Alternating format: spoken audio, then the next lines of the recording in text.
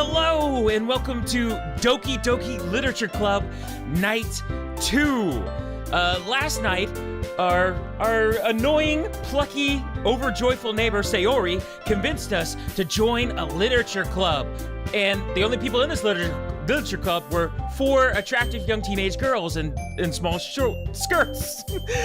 We have, from left to right, Natsuki on the background right here. She's the one with an attitude that everybody says is cute, but she doesn't want to be classified as cute even though she likes cute things. She wants to, express more of her feelings, but is really mad at people whenever they condescend towards her. Then you got Yuri over here with the purple hair, and Yuri likes to stuff her bra for me, but also she's a little bit meek, doesn't like to say much around people, but whenever she does express her mind, she's very eloquent and well-spoken. Then you have the pink-haired one. That was Sayori. That's my neighbor Sayori, who we grew up with, but we kind of got annoyed with as we grew up because how perky she is and over the top she is. But we recently learned that this might all be an act, and she might only be like that just for me because she has a crush on me. She's the one who got me to join the club in the first place, but now she's feeling pretty down because I'm getting attention from all the other ladies, particularly Natsuki. Then, on the far right, the leader of the club president, she could have anything she wants. She's the most popular girl in school, but she decided to start this new club. That is, I'm blanking on her name, Monica. I almost called her Monica again. Yes, my Monica, and she has a crush on me that she's been flirting with me ever since I joined the literature club. We've been writing poems for the literature club consistently on a nightly basis, and I've been tailoring my poems to be more attractive to Natsuki. So Natsuki is really digging on me. Yuri is disappointed. Sayori is disappointing as well. Oh, thank you, DT Kel. Welcome, DT Kel. Woo. So, Natsuki's really happy right now. She's coming over to my house to bake for a festival, and we're gonna be saying our poems out loud at a festival to try to promote the literature club. We're baking with Natsuki. Yuri is doing the decorations by herself until she's a little depressed. Sayori, who has always been so cheerful, is also depressed, and we don't know what's gonna happen with her. Her poems have been getting pretty dark. And the leader of the club is halfway still flirting with me and halfway being kind of passive-aggressive. Let's see how this all works out.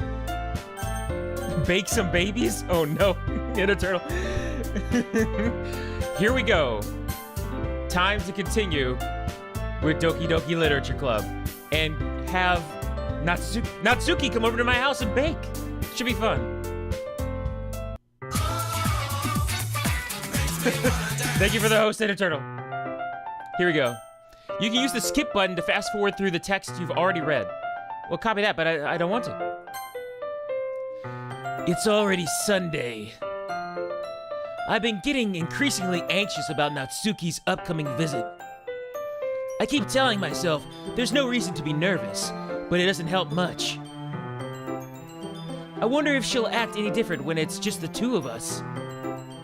Meanwhile, she's been texting me a lot. We sent each other one after exchanging numbers to double check, but it turned into a conversation. She's almost a different personality on the phone, using tons of emoji and cute language. She also really likes complaining about things, but I kind of saw that one coming. But putting Natsuki aside, I haven't heard a thing from Sayori since she left the club early the other day. It's not like we text each other all the time or anything, but I've been worried about her in the back of my mind. Between what Sayori said and what Monica said, is it really okay for me to put Sayori's feelings aside when she might need me? I decide to visit Sayori before Natsuki comes over. Oh no. How's Natsuki gonna feel about that? Are we gonna be late for our baking? I hope we're not gonna be late for our baking. Rather than asking, I simply tell her, I'm coming over, much like we've done in the past. Once I reach Sayori's house, I knock on the door before entering it myself.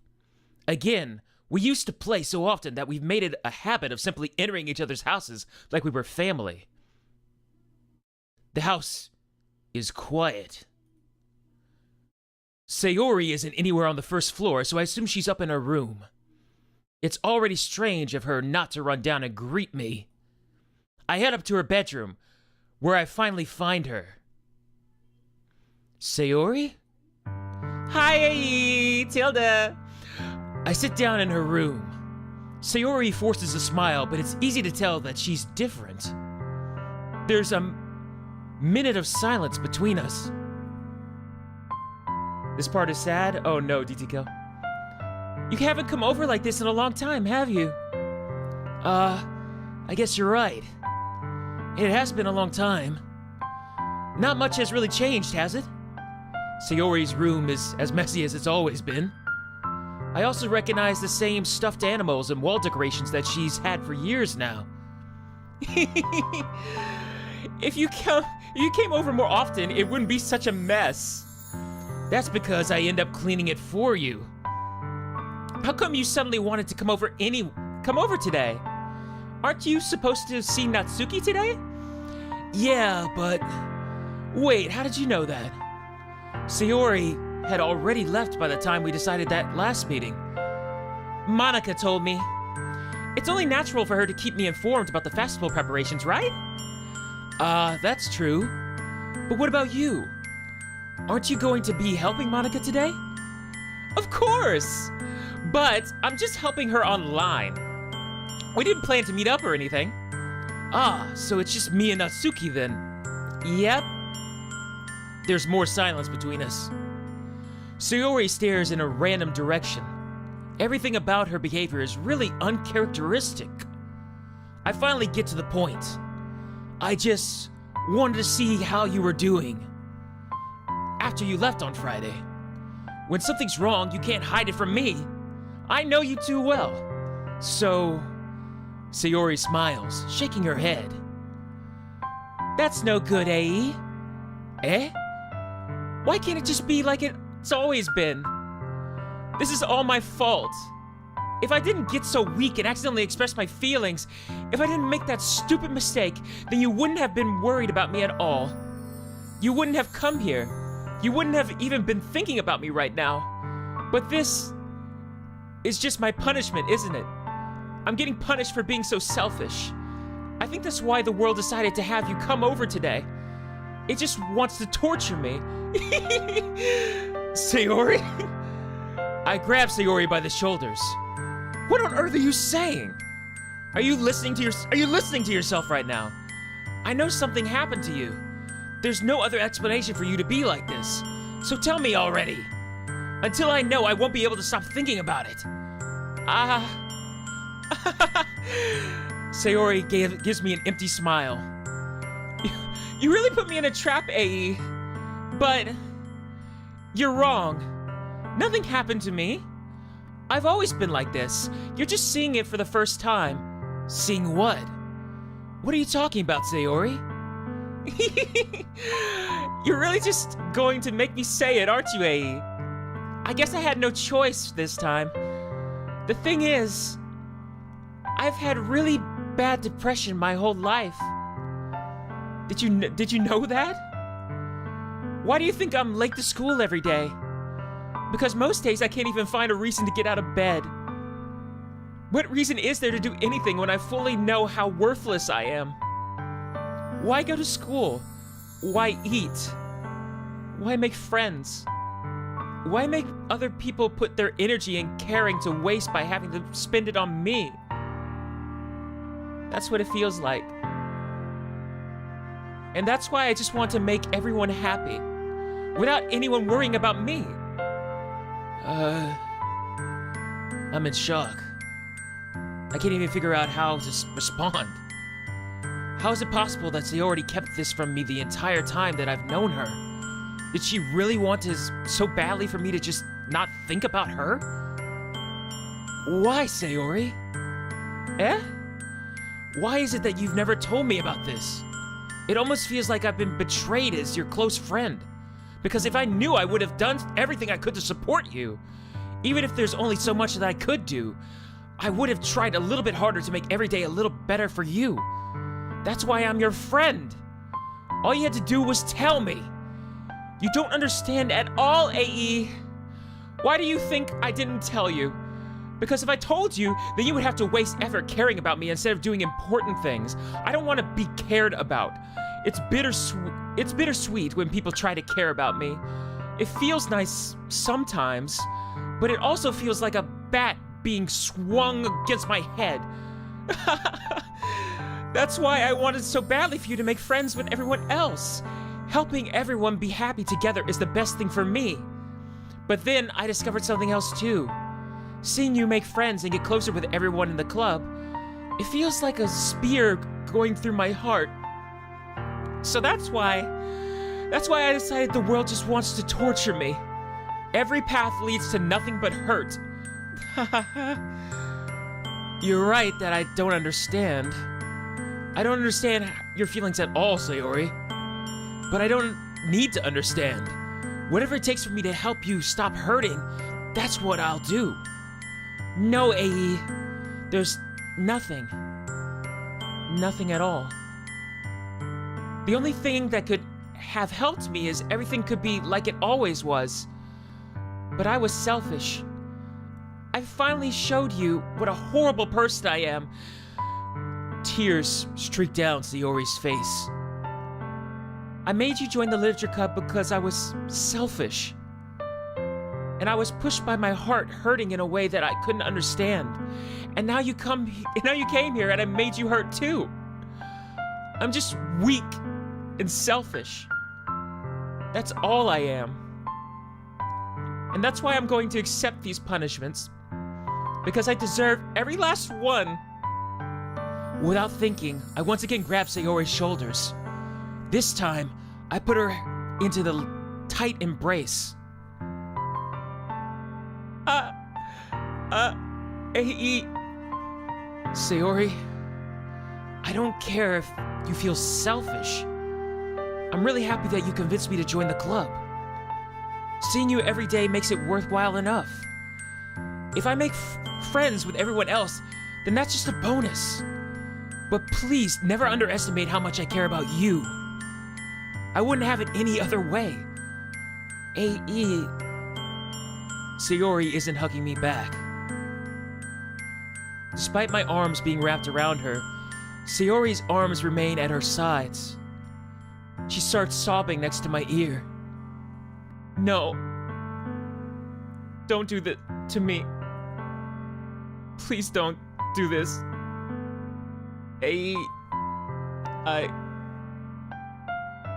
Sayori barely manages to speak between her sobs. I don't know if I'm doing the right thing. But all I want is for her to know that I care. If you have it into you to call yourself selfish, do you have it to let me be selfish too? No matter what it takes, I'll figure out what needs to change. I'll make these feelings go away. And if there's anything that you need me to do, then you better tell me. I get mad if you don't. I don't know. I don't know. I don't know. Gently, Sayori finally puts her arms around me in return. I don't know anything. It's all really scary. I don't understand any of my feelings, AE.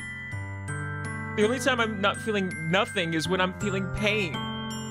But your hugs are so warm.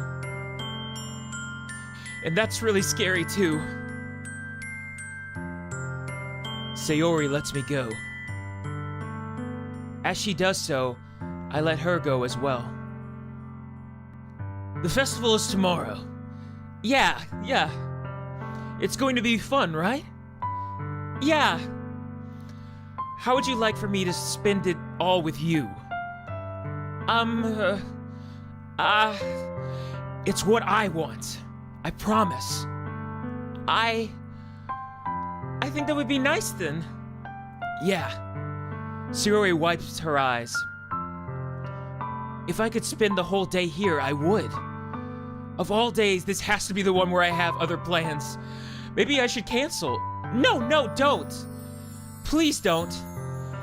If you did that, then I really wouldn't forgive you. But it's almost time for Natsuki to meet me at my house. At the very least, do you want to come along and help out? It would be fun. To my surprise, Sayori shakes her head. I'm sorry. I don't know if that would be very good for me today. You understand, right? It's kind of hard for me to fully understand, but I'm trying my hardest. It's okay. Don't worry too much about it. I'll see you tomorrow, okay? All right. I look forward to it. I say goodbye to Sayori and exit her house. On the way home, I find myself still feeling uneasy. But it's hard for me to keep thinking about it when Natsuki is about to come over, too. I think Sayori is right. I shouldn't be worrying too much, and we're definitely going to have a great time tomorrow. I should just focus on what's ahead of me. I spent only a few minutes back at home, anxiously awaiting Natsuki's arrival. But before I know it, she texts me to let me know she's outside the front door. Without delay, I open the front door to let her in. Sup? Hey! I don't know what I was expecting, but seeing Natsuki in something other than the school uniform totally threw me off. Seeing her in such cute clothes makes the uniform seem totally unfitting in comparison. Jeez, make it feel so awkward already. It's gonna be a long afternoon, so don't be weird just because you're not used to seeing me outside of school. Anyway, I'm coming in. I see you brought a lot of stuff. Natsuki is carrying a large bag that is probably full of baking supplies. Well, I didn't want to come all this way to find out that your kitchen isn't equipped for the job. Hey, it's equipped for the job, all right. You bought everything I asked for too, right? Asked you to, right? Yeah, I did. Yesterday, Natsuki asked me to buy a bunch of ingredients if I didn't already have them at home. Good. Glad I could count on you to do your part. Well, of course.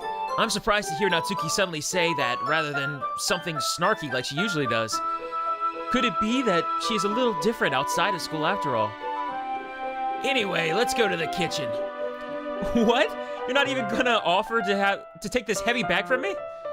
Where's your hospitality, AE? Come on. Since when do I need to be a gentleman? I grab the bag Natsuki holds out to me. Yeah. This is ridiculously heavy. I carried that all the way here. Are you impressed? I see now.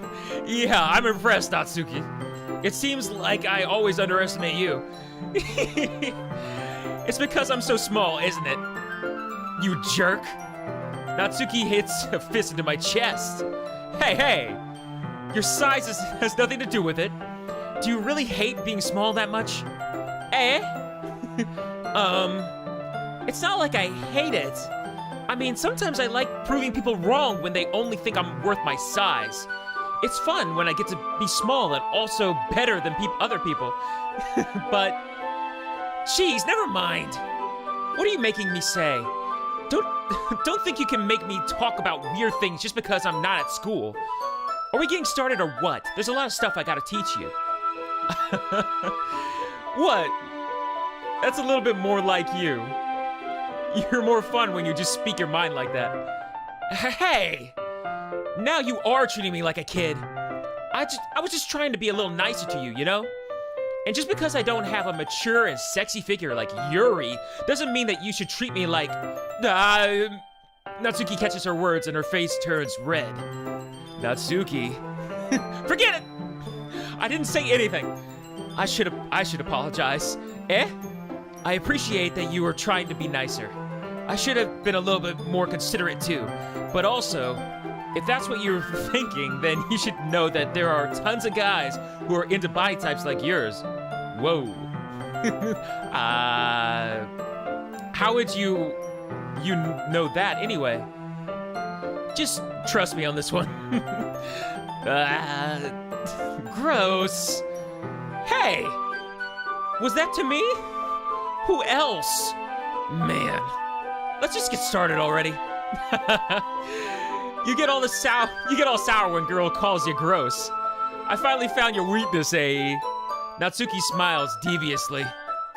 Please spare me. Well, if Natsuki decides to dish out more insults like that, there's no way I'm not fighting back. But she's satisfied enough for now, finally starting to pull things out of her bag so we can get started. Before long, the whole kitchen is a mess. Spoons, dirty bowls, flour, spilled fluid, and plastic bags are strewn about every countertop. The mixer isn't big enough to make all the batter at once, so we've had to do it several times. Meanwhile, Natsuki is babysitting all of my movements to make sure I don't mess up all precious baking. Hey, where did you put the food coloring? The batter's going in the oven soon, so I need to fill the trays.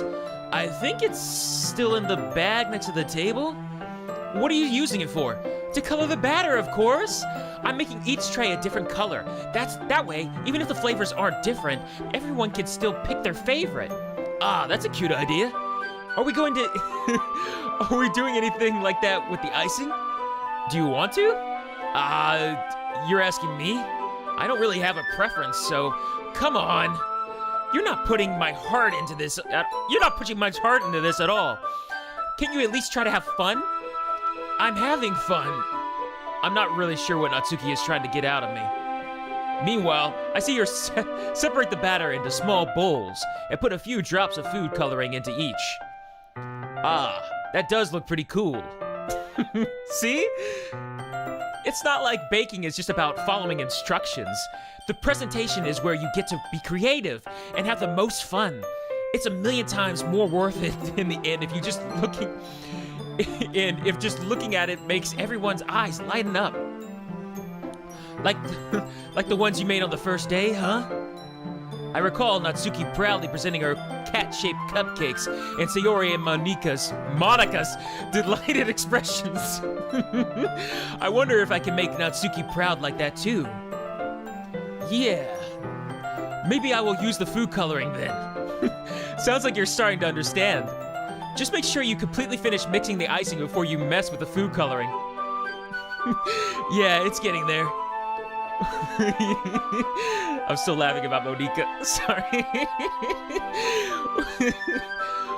We were using the electric mixer for the batter, so I get stuck with a whisk and a huge bowl for the icing. Eh? The icing's still all lumpy. Are you even trying? Well, yeah. It'll just take a little longer. Jeez, I'll be here all night if you do it like that. Here, look. Natsuki grabs the whisk from me and uses her other hand to tilt the bowl back. You really need to beat the crap out of it. After a few seconds, the consistency of the icing has already improved. See? As if to empathize, Natsuki sticks a finger in the icing and pops it into her mouth. I reluctantly start to do the same. Hey! Natsuki suddenly grabs my wrist. I don't want your gross fingers in my icing. Your icing, eh? Are you forgetting who did all the work? I start to fight back, trying to inch my finger toward the bowl. Don't make me beat the crap out of you next. I'd like to see that.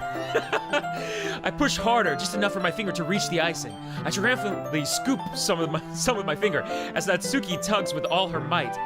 Ah! The force of Natsuki pulling me causes me to stumble, making her stumble in return. Gross! You got it in my face!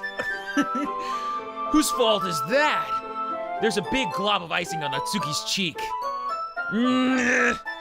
She tries to reach it with her tongue, but it's too far away. Jeez! You know what? Take this! Natsuki instead wipes it off with her finger before shoving her finger toward my face.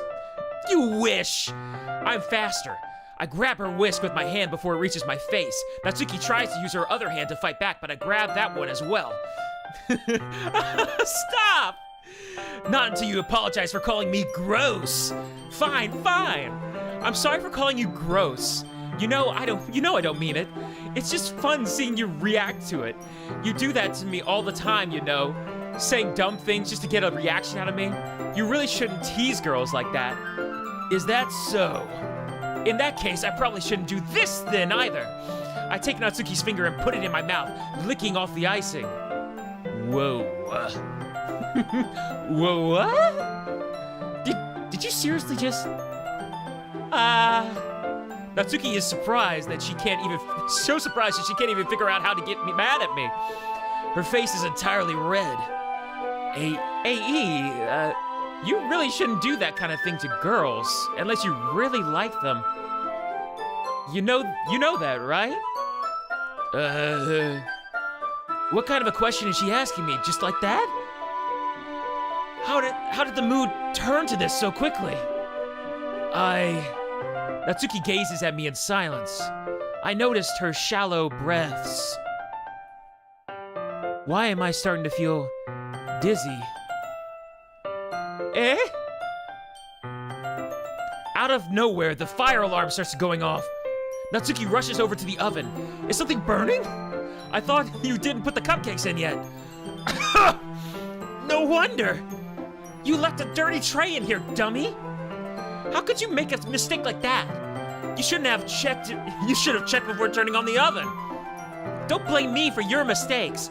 Jeez. Natsuki uses an oven mitt to grab the blackened tray out of the oven. She sets on top of the stove. In another moment, the fire alarm stops. Anyway, I'm putting them in the oven now.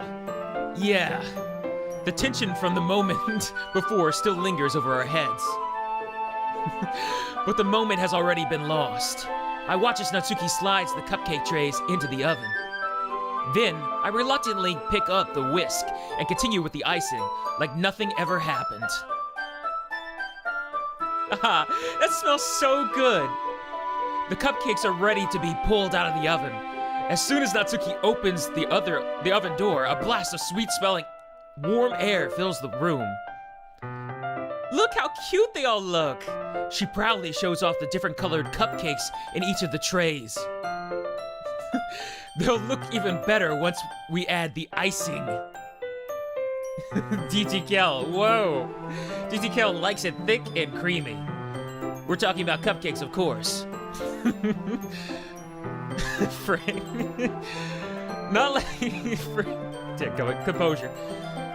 Not like you need to tell me that. I brought the decorating stuff, so I hope you can get creative. Here, scoop the icing into these bags. Natsuki hands me some plastic bags.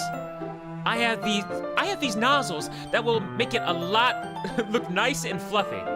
This one can even make flowers. We probably won't be using this time, though. What's this one for? I pick one of the nozzles that has a much thinner tip than the others. That's the really thin. That one's really thin, so you can use it to make stripes or other patterns. But you can also use it to write stuff on the cake, like happy birthday or whatever. Huh, I see. That gives me an idea, actually. Eh? Well, it's a literature event, right? We can make it more literature-themed by writing different word on each of the cupcakes. It would be fun to see people choose their cupcake based on a word they like. You...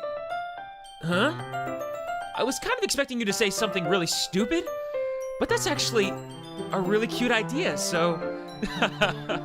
Maybe I'm getting it from you. What's that supposed to mean? I'm not cute! Come on. We're not at school. Nobody's judging. You can't dress and act like this and not expect me to think you're cute. Well, Natsuki's voice trails off. Same with you. Eh? Did you say something? No, nothing. Let's just do the icing. Natsuki picks up the pace and fastens a nozzle onto each of the bags. There's a lot to do, so we shouldn't be wasting time. Here, I'll show you how to do it. Without giving me a chance to think about before, Natsuki quickly moves on. She shows me how to apply the icing, and then we each get to work. She's adorable. When we're finally finished, Natsuki puts them all side by side to admire our work. Look how pretty they are together. Yeah, they are, aren't they? You wish I could have... You wish I could have one now. I wish I could have one now. Well, there's no reason you can't, right? I don't see any harm in that. Well, yeah, but my dad's making dinner tonight, so I really need to save my appetite. Sayori's the exact opposite in that regard. If she was here, we'd probably be down to 10 cupcakes already and she would still eat dinner. Come on, that's just unhealthy. Besides, my dad cooks. I need to eat as much as I can. Well, anything. I was hoping we would have time for manga, but I need to be home for dinner. Already? That's a shame. It's your fault for working so slowly. You should have thought about that. It's not like you will always have that. It's not like you'll always have this chance. Man. As usual, Natsuki places the blame on me. You can bring the cupcakes tomorrow, right? If you and Sayori each carry some, then you could probably do it in one trip. Yeah, I can do that. And don't worry, I won't let her eat any. I wish she would listen to me the way she listens to you. Yeah. I again think back to the conversation I had with Sayori earlier. Today, I felt so helpless. Sayori always does listen to me, but at that point it felt like she couldn't listen to me at all. Okay, all packed up. Good work today. You too. I'll walk you out, I guess. Just like that, Natsuki is already about to leave. It feels like the afternoon went by in a flash. Man, more than that. Did I even take the opportunity to get closer to her like I wanted? Well, I guess I'll be off then. Thanks for all the help and everything. I'll see you tomorrow. Wait, Natsuki. Eh? What you said before about not always having this chance. It doesn't have to be that way at all. I had fun today. You showed me how fun baking could be like you wanted. But aside from that, you come over anytime, okay? Come over anytime. I think that if possible, I'd like to spend more time like this. If you want to read manga or go out somewhere or... do you really mean that? Natsuki looks at me intensely, like she's trying to hide her expression. Yeah. I want to spend more time with you. AE, I thought you only cared about getting this done. I'm sorry I had to leave so early today. I really didn't want to. I would really stay here longer if I could. I feel the same way as you, so... Natsuki suddenly gets closer to me. Wait, Natsuki. Standing inches from me, Natsuki looks up at me. I feel her fingers gently clutch at the sides of my shirt, as if holding on to me. Her rose-colored cheeks and matching eyes fill my vision, along with her slightly parted lips. What is happening? My head starts to go dizzy as I feel her soft breaths against me. I've felt it for a while now. Natsuki suddenly jumps back. Sayori! Eh? Hi, AE. Sayori! Just now, we weren't... It's okay, AE. I just stopped by to say hi. Well, you should have come a little earlier. I'm already on my way out, so... really? That's too bad. Yeah, well, I'll still see you at the festival tomorrow, so it's fine. Just don't eat my cupcakes before then. Anyway, later. Clearly flustered, Natsuki hurries off and Sayori waves goodbye. Dadgummit. Sayori, I thought you didn't want to come over today.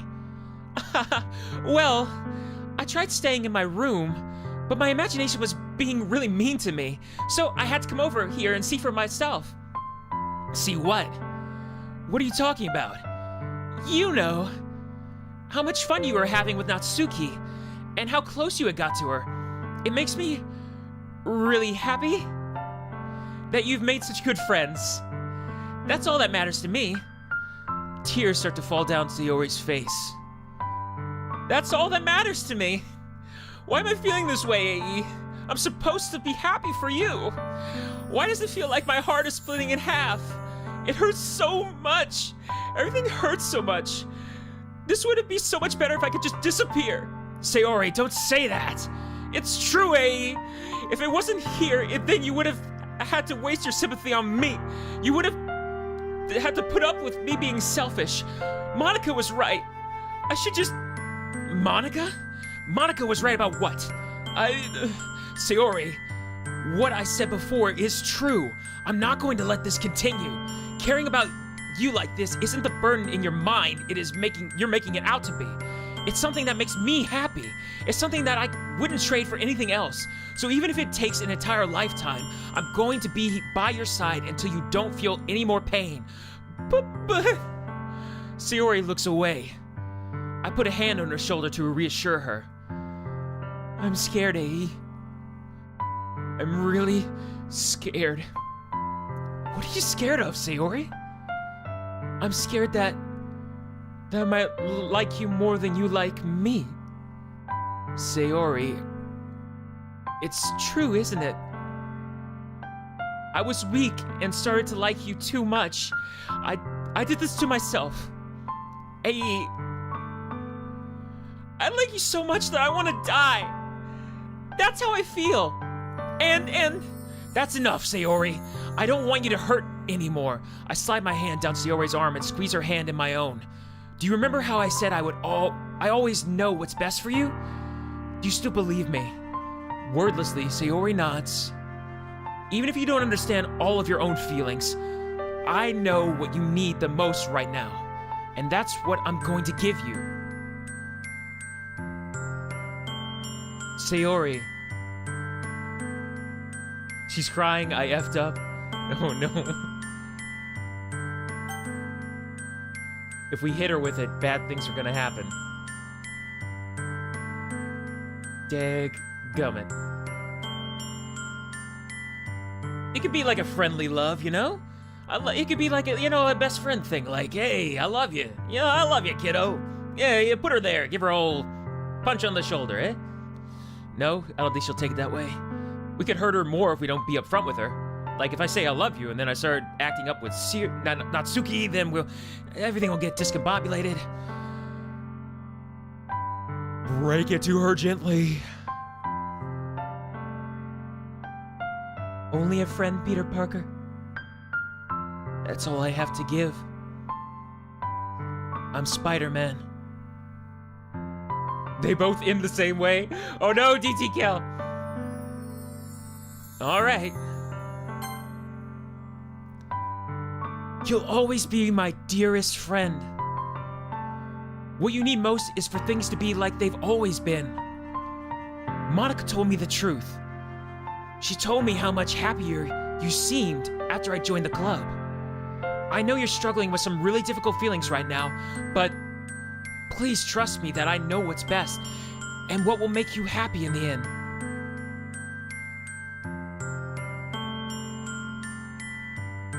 Oh, you can... That's weird. I didn't know you could do that. I promise I'll help get things back to the way they were. I see. Sayori forces a smile through an incredibly pained expression. Is this what it feels like? To get stabbed in the chest? I should write a poem about this. Sayori, it's okay. This is just my punishment, remember? For being so selfish. So please don't worry about these stupid feelings. I know you're right. I knew this whole time that there's no happiness down that path. That's why I came here, just so I could get the answer I needed to hear. And the other thing, you're also right that I just wanted to go back to the way it was. I realize that now. You really do know me better than anyone, Ae. I'll trust you with anything. Anything at all. So, Sayori's smile finally breaks. All of a sudden, she turns around and drops to her knees. Clutching her head with both hands, she screams as loudly as she can. I'm so shocked that I don't know how to react. Sayori looks over her shoulder and flashes me one more weak smile before turning around and running off.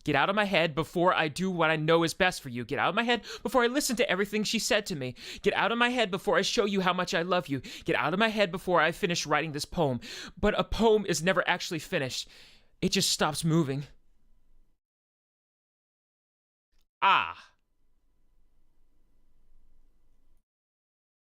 What is this? Reading the poem, I get a pit in my stomach. AE? What's wrong? Nothing? This poem feels completely different from everything else Sayori's written. But more than that. I changed my mind. I'm going to go get Sayori, so... well, alright. Try not to take too long, okay? I quickly leave the classroom. Don't strain yourself. Monica calls that out after me. I quicken my pace. What was I thinking? I should have tried a little bit harder for Sayori. It's not a big deal to at least wait for her or help her wake up. Even the simple gesture of walking her to school makes her really happy. Besides, I told her yesterday that things will be the same as they always have been. That's all she needs and what I want to give her. I reach Sayori's house and knock on the door. I don't expect an answer since she's not picking up her phone either. Like yesterday, I open the door and let myself in. Sayori? She really is a heavy sleeper. I swallow. I can't believe I ended up doing this after all. Waking her up in her own house. Isn't that more like something a boyfriend would do? In any case, it just feels right. Outside of Sayori's room, I knock on her door. Sayori! Wake up, dummy! There's no response. I really didn't want to have to enter her room like this. Isn't it kind of a breach of privacy? But she really leaves me no choice. I gently open the door. Shit.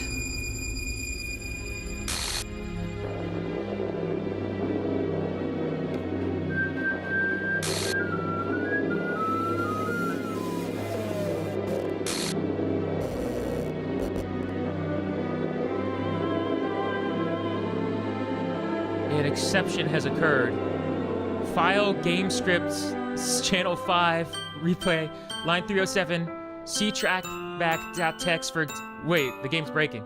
Oh no.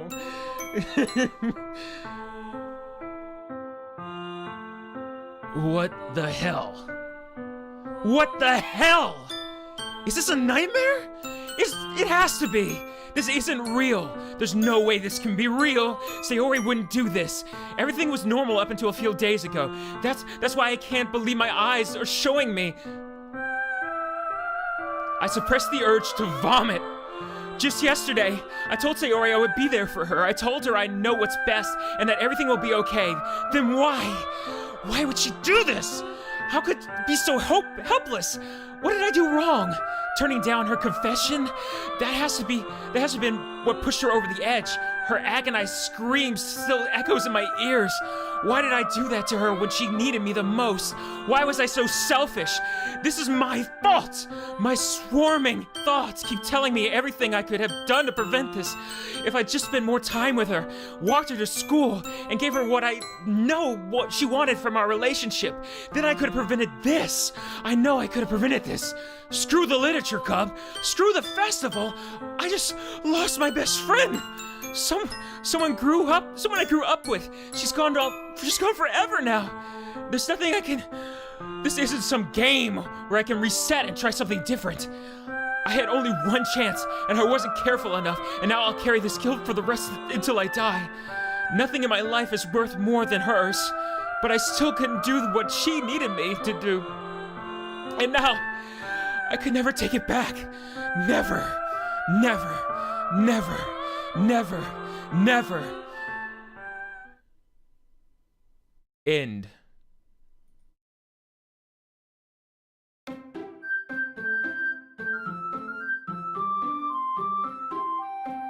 Oh no. What is this? Oh no. The game is scrambled. Okay, Sayori killed herself, and we don't get to see what happens with the festival? Come on. It's kind of heartless. The game just ends? Oh, did I kill myself? What happened? What happens if I hit that weird new game scramble thing? We still got 3 girls alive, right? I should play it with mods. A brand new day is a great mod. It's free on Reddit. Brand new day. Copy that. Oh no. Oh no. Click the new game, bad. Copy that. Here we go.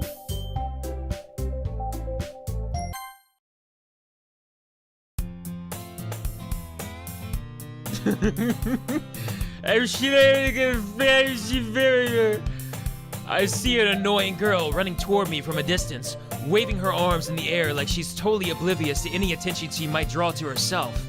That girl is my neighbor and a good friend since we were children. You know, the kind of friend you'd never see yourself making today, but it just kind of works out because you've known each other for so long. We used to walk to school together on days like this, but starting around high school, she would oversleep more and more frequently, and I would get tired of waiting up. But if she's going to chase after me like this, I almost feel better off running away. However, I just sigh and idle in front of the crosswalk and like, catch up with me.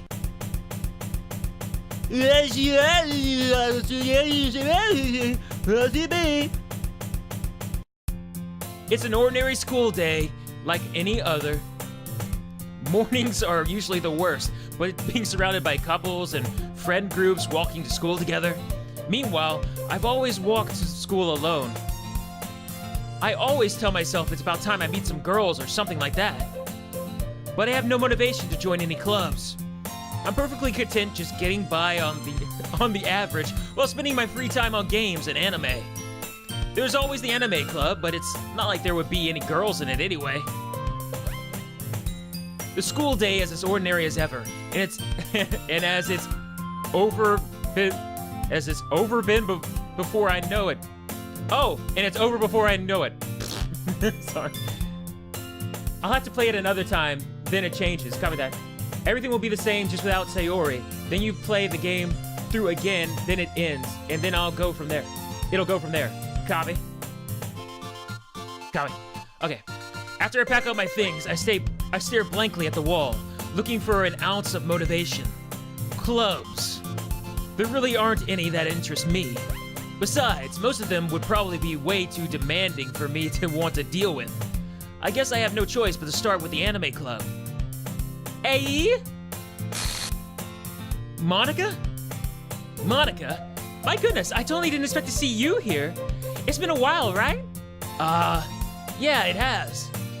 Monica smiles sweetly. We do know each other. Well, we rarely talked, but we were in the same class last year.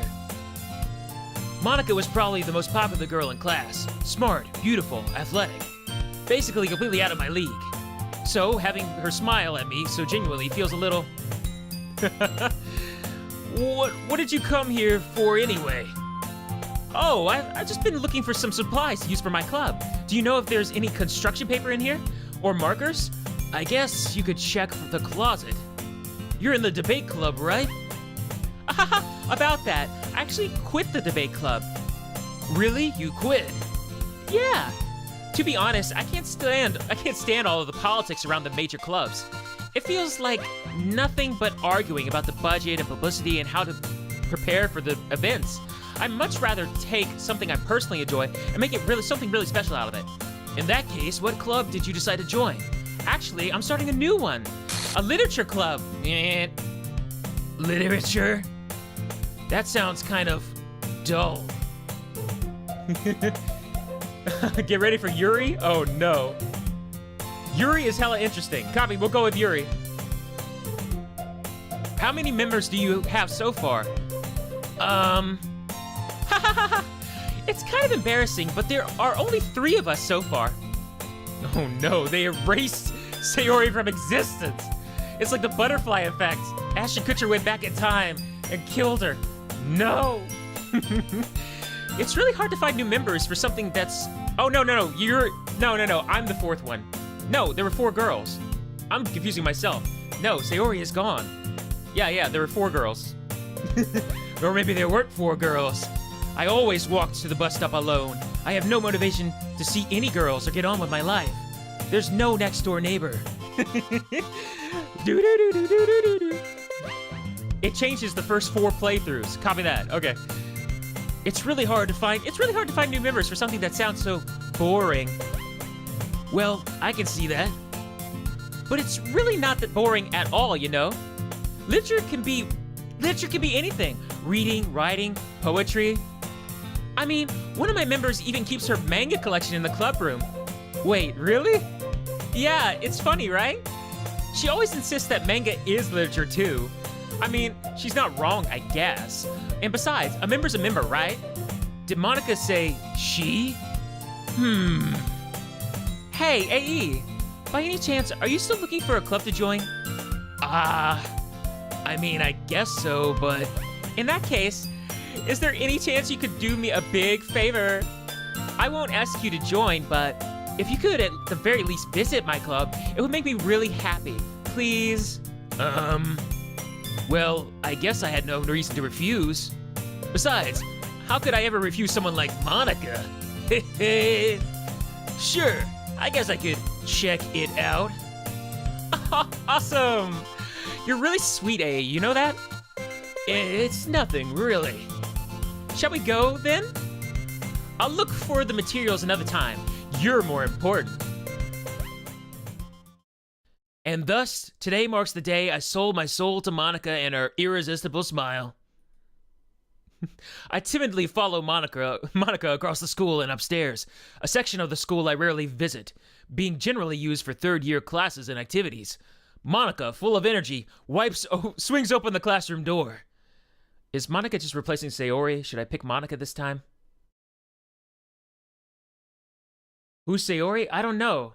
Inner Turtle, I feel like I knew somebody named Sayori, but it escapes me. I'm back, Tilda! And I brought a guest with me. Oh, eh? A guest? Seriously, you brought a boy? Way to kill the atmosphere. Don't be mean, Natsuki. But anyway, welcome to the club, AE. All words escape me in this situation. This club is full of incredibly cute girls. So, let me guess. You're Monica's boyfriend, right? What? No, I'm not. Natsuki, the girl with the sour attitude whose name is apparently Natsuki, is the one I don't recognize. Her small figure makes me think she's probably a first year. Anyway, this is Natsuki, energetic as usual, and this is Yuri, the vice president. Glitch in the Matrix, glitch in the Matrix. It's nice to meet you. Yuri, who appears comparably more mature and timid, seems to have a hard time keeping up with someone like Natsuki. Yeah, it's nice to meet both of you. So I ran into AE in a classroom and he decided to come check out the club. Isn't that great? Wait, Monica! Didn't I tell you to let me know in advance before you brought anyone new? I was going to, well, you know. Sorry. I didn't forget that, but I just happened to run into him. In that case, I should at least make some tea, right? Yeah, that would be great. Why don't you come sit down, AE? The girls have a few desks arranged to form a table. Yuri walks to the corner of the room and opens the closet. Meanwhile, Monica and Natsuki sit across from each other. Still feeling awkward, I take a seat next to Monica. So, you didn't really plan on coming here. But we'll make sure you feel right at home, okay? As president of the Literature Club, it's my duty to make the club fun and exciting for everyone. I'm surprised there aren't more people in the club yet. It must be hard to start a new club. You could put it that way. Not many people are very interested in putting out all the effort to start something brand new. Especially when it's something that doesn't grab your attention, like literature. You make it work, you have to work hard to convince people that you're both fun and worthwhile. But it makes school events, like the festival, that much more important. I'm confident that we can really grow this club before we graduate. Right, Natsuki? Well, I guess. Natsuki reluctantly agrees. Such different girls, all interested in the same goal. Monica must have worked really hard just to find these two. Yuri returns to the table, carrying a tea set. She carefully places a teacup in front of each of us before setting down the teapot in the middle. You keep a whole tea set in the classroom? Don't worry, the teacher gave us permission. After all, doesn't a hot cup of tea help you enjoy a good book? I guess. Don't let yourself get intimidated. Yuri's just trying to impress you. Hey, that's not... Insulted, Yuri looks away. I meant that, you know. I believe you. Well, tea and reading might not be my pastime for me, but at least I enjoy tea. I'm glad. Yuri faintly smiles to herself in relief. So, AE, what kinds of things do you like to read? Well, considering how little I've read these past few years, I don't really have a good way of answering that. Manga? I mutter quietly to myself, half joking. Natsuki's head suddenly perks up. It looks like she wants to say something, but she's quiet. Not much of a reader, I guess. Well, that can change. What am I saying? I spoke without thinking after seeing Yuri's sad smile. Anyway, what about you, Yuri? Well, let's see. Yuri traces the rim of her teacup with her finger. My favorites are usually novels that build deep and complex fantasy worlds. The levels of creativity and craftsmanship behind them is amazing to me, and telling a good story in such a foreign world is equally impressive. Yuri goes on, and clearly passionate about her reading. She seems so reserved and timid since the moment I walked in, but it's obvious by the way her eyes light up when she finds her comfort in the world of books. That she finds her comfort in the world of books, not in people. But you know, I like a lot of things. Stories with deep psychological elements usually immerse me as well. Isn't it amazing how a writer can so deliberately take advantage of your own lack of imagination to completely throw you for a loop? Anyway, I've been reading a lot of horror lately. Ah, I read a horror book once. Then my best friend hung herself. I desperately grasped something I can relate to at a minimal level. At this rate, Yuri might as well be having a conversation with a rock. I'd expect that from you, Yuri. It suits your personality. Oh, is that so? Really, if the story makes me think or take me to another world, then I really can't put it down. Surreal horror is often very successful at changing the way you look at the world, if only for a brief moment. Ugh, I hate horror. Oh, why's that? Well, Natsuki's eyes dart over to me for a split second. Never mind. That's right. You usually like to write about cute things, don't you, Natsuki? Well, what? What gives you that idea? You left a piece of scrap paper behind last club meeting. It looks like you were working on a poem called, "Hey, don't say it out loud! And give that back!" Fine. Natsuki, you write your own poems? Well, I guess sometimes. Why do you care? I think that's impressive. Why don't you share that sometime? No. Natsuki averts her eyes. You wouldn't like them. Ah, not a very confident writer yet. I understand how Natsuki feels. Sharing that level of writing takes more than just confidence. The truest form of writing is writing it to oneself. You must be willing to open up to your readers, exposing your vulnerabilities and showing even the deepest reaches of your heart. Do you have writing experience too, Yuri? Maybe if you share some of your work, you can set an example to help Natsuki feel comfortable enough to share hers. I guess it's the same for Yuri. We all sit in silence for a moment. Hey, I just got an idea. How about this? Huh? Natsuki and Yuri look quizzically at Monica. Let's all go home and write a poem of our own. Then, next time we meet, we'll all share them with each other. That way everyone is even. Yeah. I thought it was a good idea. Well, I think you're right, Monica. We should probably start finding activities for all of us to participate in together. I did decide to take on the responsibility of vice president after all. I need to do my best to nurture the club as well as its members. Besides, now that we have a new member, it seems like a good step for us to take. Do you agree as well, AE? Hold on, there's still one problem. Eh? What's that? Now that we've reached the most important topic, I bluntly come forth with what's been on my mind the entire time. I never said I would join this club. Monica may have convinced me to stop by, but I never made any decision. I still have the other clubs to look at, and, I lose my train of thought. All three girls stare back at me with dejected eyes. But, I'm sorry, I thought... The girls exchange glances before Monica turns back to me. I guess I need to tell you the truth, AE. The thing is, we don't have enough members yet to form an official club. We need 4. And I've been trying really, really hard to find new members. And if we don't find one more before the festival, I'm defenseless against these girls. How am I supposed to make a clear-headed decision when it's like this? I would feel terrible for letting everyone down in this situation. And besides, the club itself seemed pretty relaxed.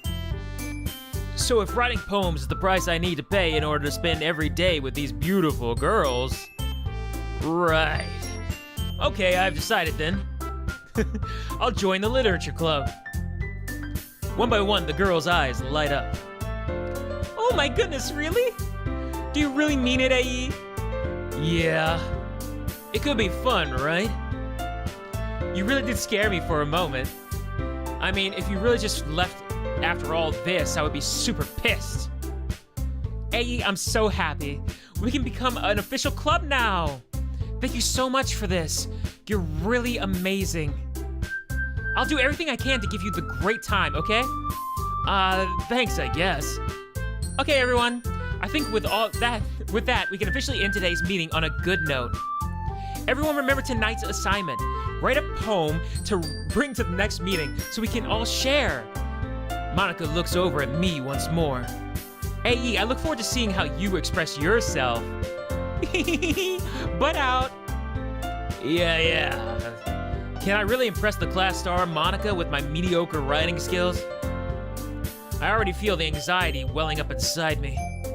Meanwhile, the girls continue to chit-chat as Yuri cleans up the tea set. I guess I'll be on my way then. Okay, I'll see you tomorrow then. I can't wait. With that, I depart the club room and make my way home. The whole way, my mind wanders back and forth between the 3 girls. Natsuki, Yuri, and of course, Monica. Will I really be happy spending every day of school in a literature club? Perhaps I'll have the chance to grow closer with one of these girls. All right. I'll just need to make the most of my circumstances, and I'm sure that good fortune will find me. And I guess that starts with writing a poem tonight. You have unlocked a special poem. Would you like to read it? Why not? The hell is this? Oh! I was supposed to read that? Dadgummit. It was redacted. Frick. Dadgummit, frickin' FBI releasing intel. How am I supposed to read that? I should have still read the letters. I didn't know. I clicked on it. I thought it was gonna reveal it if I clicked on the stuff. Dadgummit. Oh well. Extraordinary. Uh-oh, we only have 2 people to impress. Where's Monica? Where the fruit is Monica? Monica! Uh-oh. Monica must be next on the list. Lust. Oh yeah, she likes the lust. Inferno. That inferno lust of eternity. That makes you, that makes memories, dadgummit, of your Valentine, who is broken, heart, and unstable, in misery, and unrequited swimsuits that give you pleasure, heaven-sent beauty, but agonizing in anxiety before the climax of the bouncy, infinite Papa. What a poem. Hi again, AE. The bouncy infinite papa. Glad to see you didn't run away on us. Nah, don't worry. This might be a little strange for me, but at least I keep my word. Well, I'm back at the literature club. I was the last to come in, so everyone else is already hanging out. Thanks for... Whoa, frick. Thanks for keeping your promise, AE. I hope this isn't too overwhelming of a commitment for you. Making you dive headfirst into a literature when you're not accustomed to it. Oh, come on! Like he deserves any slack. You already had to be dragged here by Monica. I don't know if you plan to just come here and hang out or what, but if you don't take us seriously, then you won't see the end of it. Natsuki is have a bad mouth or something. Oh no, she's covering up the words. Manga. Oh no. Natsuki finds herself stuck between saying Monica and manga. Manga is literature! Swiftly defeated, Natsuki plops back into her seat. I'm sorry, AE. We'll make sure to put your comfort first, okay? Yuri shoots Natsuki a disappointed glance. Anyway, now that you're in the club and all, perhaps you might have interest in picking up books to read. Well, I can't really say no either. Like you said, I'm in this club now. Oh, I like how the background's tilted. It's really freaking me out right now. Frig. It's very unsettling and disorienting. So it only feels right for me to do something like that, if you ask. Well, wait. I didn't mean it like that. If you don't really want to, then forget I say anything, I guess. No, that's not that, Yuri. I want to try to be part of this club, but... So even if I don't read often, I'll be happy to pick up a book if you wanted me to. Are you sure? I just felt like, well, as vice president and all, that I should help you get started on something you might like. Yuri reaches into her bag and pulls out a book. Look at Sayori in the back. Oh my gosh, I didn't even notice that, DT Kel. Frick! Sayori's hanging in the back. No, that's no. No. Inner Turtle didn't notice either. No. What kind of sick person would take that picture and hang it in the classroom? Ashton Kutcher's a sick man. Sick man. Oh, everything is fine. Yeah, you're right. Everything is fine. She's just hanging around. Oh no. That's what the tilt was for. It was trying to draw my attention to it. Because everything's moving towards that way. Oh. Yuri reaches into her bag and pulls out a book. I didn't want you to feel left out, so I picked out a book that I thought you might enjoy. It's a short read, so it shouldn't keep your attention. It should keep your. I made the same mistake as last time. So it should keep your attention, even if you don't usually read. And we could, discuss it if you wanted. How is this girl accidentally being so cute? She even picked out a book she thinks I'll like, despite me not reading much. Yuri, thank you. I'll definitely read this. I enthusiastically take the book. Whew. Well, you can read it at your own pace. And I look forward to hearing what you think. Now that everyone's settled in, I expected Monica to kick off some scheduled activities for the club. But that doesn't seem to be the case. Yuri's face is already buried in a book. I can't help but notice her intense expression, like she was waiting for this chance. Meanwhile, Natsuki is rummaging around in the closet. I'm really curious to talk to Yuri a little bit more. But at the same time, I would feel bad for distracting her from the reading. I catch a glimpse of the book, the cover of her book. It looks like the same book that she lent me. More than that, she seems to be on the first few pages. Crap. I think she noticed me looking at her. She sneaks another glance at me, and our eyes meet for a split second. But that only makes her hide her face deeper in her book. Sorry. I was just spacing out. I muttered this, sensing I made her uncomfortable. Oh, it's fine. If I was focused, then I probably wouldn't have noticed in the first place. But I'm just rereading a bit of this, so... That's the book you gave me, right? I wanted to reread some of it. Not for any particular reason. Just curious, how come you have 2 copies of the same book? Well, I stopped at the bookstore yesterday. That's not what I meant. I mean, I just happened to buy 2 of them. I see. There's something fairly obvious here that Yuri isn't telling me, but I decided to let it go. Yeah, the picture disappeared and we've recentered ourselves. Frick. Okay, I'm glad the picture's gone. Oh, I'll definitely start reading it soon. I'm glad to hear. Once it starts to pick up, you might have a hard time putting it down. It's a very engaging and relatable story. Is that so? What's the story about anyway? Well, I look over at the cover of the book. The book is titled Portrait of Markov. There's an ominous-looking eye symbol on the front cover.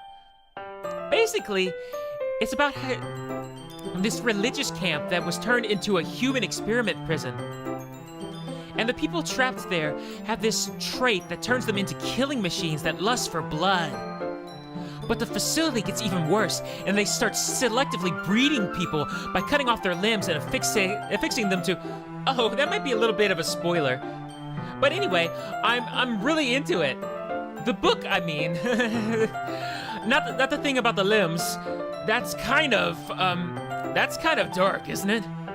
Yuri made it sound like it be a very nice story, so that that dark turn came from nowhere. Are you not a fan of that sort of thing, eh? No, it's not that. I mean, I can definitely enjoy these kind of stories, so don't worry. I hope so. Yeah, I totally forgot that Yuri is into those things, even though she just told me earlier in the day. She's so shy and reclusive on the outside, but her mind seems to be completely different. It's just that this kind of story, it's the kind that challenges you to look at life from a strange new perspective, when horrible things happen, not just because someone wants to be evil, but because the world is full of horrible people and we're all worthless anyway. The world is full of horrible people and we're all horrible anyway. Then suddenly, I'm sorry, I'm rambling, aren't I? Not again. I'm sorry. Hey, don't apologize. I haven't lost interest or anything. Well, I guess it's all right then, but I feel like I should let you know that I have this problem. When I let things like books and writing fill my thoughts, my whole body starts to, I'm so sorry if I ended up saying something strange. Sayori is hacking the game. Something has gone wrong. And please stop me if I start talking too much. I really don't think you need to worry. That just means you're passionate about reading. The least I can do is listen.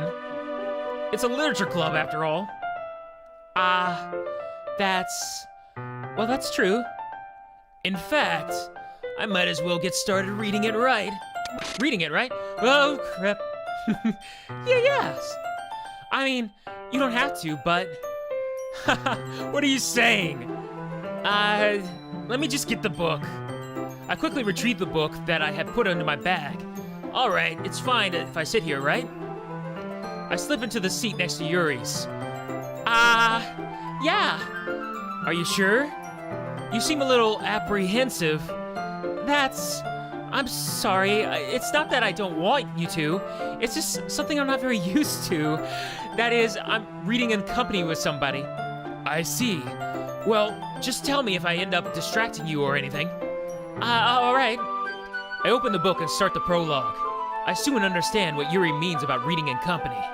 It's as if I can feel her presence over my shoulder as I read. It's not a particularly bad thing, though. Maybe a little distracting, but the feeling is somewhat comforting. Yuri is in the corner of my eye. I realize that she's not actually looking at her own book. I glance over. It looks like she's reading from my book instead. So sorry. I was just bathing in the hearts of, Yuri. Yuri, you really apologize a lot, don't you? I do? I don't really mean to. Sorry. I mean, here, this should work, right? I slide my desk until it's up against Yuri's, then hold my book more between the two of us. I suppose so. Yuri timidly closes her own copy. Once we each lean in a little bit, our shoulders almost touching. It feels like my arm is in the way, so instead, I use my right hand to hold the book open. I guess that makes it kind of difficult to turn the page. Here. Whoa. Yuri takes her left arm and holds the left side of the book between her thumb and her forefinger. I do the same with my right arm and on the right side of the book. That way, I turn the page and Yuri slides it under her thumb after it flips to her side. I looked at the background, I thought something was gonna be there. But in holding it like this, we're huddled even closer together than before. It's actually kind of distracting me. It's as if I can feel the warmth of Yuri's face, and she's in the corner of my vision. Are you ready? To turn the page. Sorry. I think I got a bit distracted for a second. I glance over at Yuri's face again, and our eyes meet. I don't know how I'd be able to keep up with her.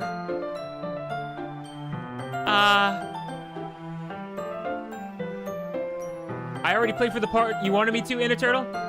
Well, I'm still interested. I'm gonna keep going. Copy that. That's okay. You're not as used to reading, right? I don't mind being patient if it takes you a bit longer. It's probably the least I can do. Since you've been so patient with me, yeah. Thanks. We continue reading. Yuri no longer asks me if I'm ready to turn the page. Instead, I just assume that she finishes the page before me, so I can turn it by my own volition. We continue the first chapter in silence. Even so, turning each page almost feels like an intimate exchange. My thumb gently letting go of the page, letting it flutter over to her side as she catches it under her own thumb.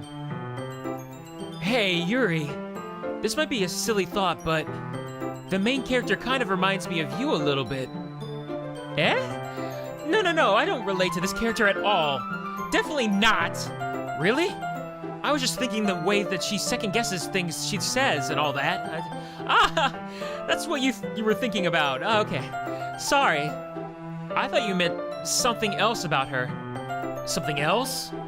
Never mind. We didn't even get that far yet. So I don't know why that came into my head. Yuri, you're feeling all right? Are you feeling all right? Yuri's been a little fidgety ever since we started reading. You can rest if you're feeling sick or something. Your breathing is a little... My breathing? Yuri puts her hands on her chest as if to feel her heartbeat. I didn't even notice. Anyway, I'm fine. I just need some water. All right, don't push yourself. Yuri stands up and practically pushes out of the rushes out of the classroom. What on earth was that about? Hey, did something happen just now? I have no idea. Yuri was acting a little strange, I guess. So you don't know anything? Sorry, I can't say I do. Are you worried about her? Oh, no, not really. I was just making sure that you didn't do anything to her. No, nothing. Butt out. Don't worry, I believe you, silly. Yuri just does this sometimes. It's nothing alarming. All right, if you say so. Anyway, why don't we start with sharing our poems with each other? Shouldn't we wait for Yuri? Well, she might be a while, so I just figured we'd get started without her. Is that okay? Yeah, I was just asking. I stand up. I make a mental note of where I left off in the book, then slip it back into my bag. Who should you show the poem to first? Well, we did Natsuki last time. We don't have a choice for Yuri. Is it gonna be the same dialogue if I choose Natsuki, or will it be different? Maybe I should choose Monika to mix it up. Or will the game realize that I'm cheating on Natsuki with Monika, and then I'll get a penalty for not sticking with Natsuki and being consistent? Oh no! Stick with Natsuki and be redundant, or go with Monika. It does change. Oh, DT Cal says go with Monika. Let's see what happens here. All right. I should start with Monika. Yesterday, she seemed eager to read my poem, and I want her to know I'm putting in the effort. Hi, AE. Having a good time so far? Yeah. Good, glad to hear it. By the way, since you're new and everything, if you ever have any suggestions for the club, like new activities or things we can do better, I'm always listening. Don't be afraid to bring things up, okay? All right, I'll keep that in mind. Of course I'll be afraid to bring things up. I'm much better off just putting up, just going with the flow until I'm more settled in. Anyway, want to share your poem with me? It's kind of embarrassing, but I guess I have to. Ha ha ha, butt out. Don't worry, AE. We're all a little embarrassed today, you know? But it's that sort of barrier that we'll all learn to get past soon. Yeah, that's true. I hand Monika my poem. Great job, AE. I was going, oh, in my head while reading it. It's really metaphorical. I'm not sure why, but I didn't expect you to go for something so deep. I guess I underestimated you. It's easiest for me to keep everyone's expectations low. That way, it always counts when I put in some effort. Butt out. That's not very fair. Well, I guess it worked anyway. You know that Yuri likes this kind of writing, right? Writing that's full of imagery and symbolism. Sometimes I feel like Yuri's mind is just totally detached from reality. I don't mean that like it's a bad thing though, but sometimes I get the impression that she's just totally given up on people. She spends so much time in her own head that it's probably a much more interesting place for her. But that's why she's so happy when you treat her with a lot of kindness. I don't think she's used to being indulged like that. She must be really starved for social interaction, so don't blame her for coming on a little strongly. Like earlier. I think if she gets too stimulated, she ends up withdrawing and looking for her alone time. Suddenly, the door opens. Yuri! I'm back. Did I miss anything? Not really. Well, we all started sharing our poems with each other. Eh? Already? I'm sorry for being late. No need to apologize. We still have plenty of time, so I'm glad that you took all the time that you needed. All right. Thanks, Monika. I suppose I should go get my poem now. Anyway, you want to read my poem? Don't worry, I'm not very good. You sound pretty confident for someone who claims to not be very good. Well, that's because I have to sound confident. That doesn't mean I always have to feel that way, you know. I see. Well, let's read it then. Same hole in the wall, yeah. Hole in the wall, but he wasn't looking at me. Confused, I frantically glanced at my surroundings, but my burned eyes can no longer see color. Are there others in the room? Are they talking? Or are they simply poems on flat sheets of paper? The sound of frantic scrawling playing tricks on my ears. The room begins to crinkle, closing in on me, and the air I breathe dissipates before it reaches my lungs. I panic. There must be a way out. It's right there. He's right there, swallowing my fears. I brandish my pen. Maybe that was a little different. But,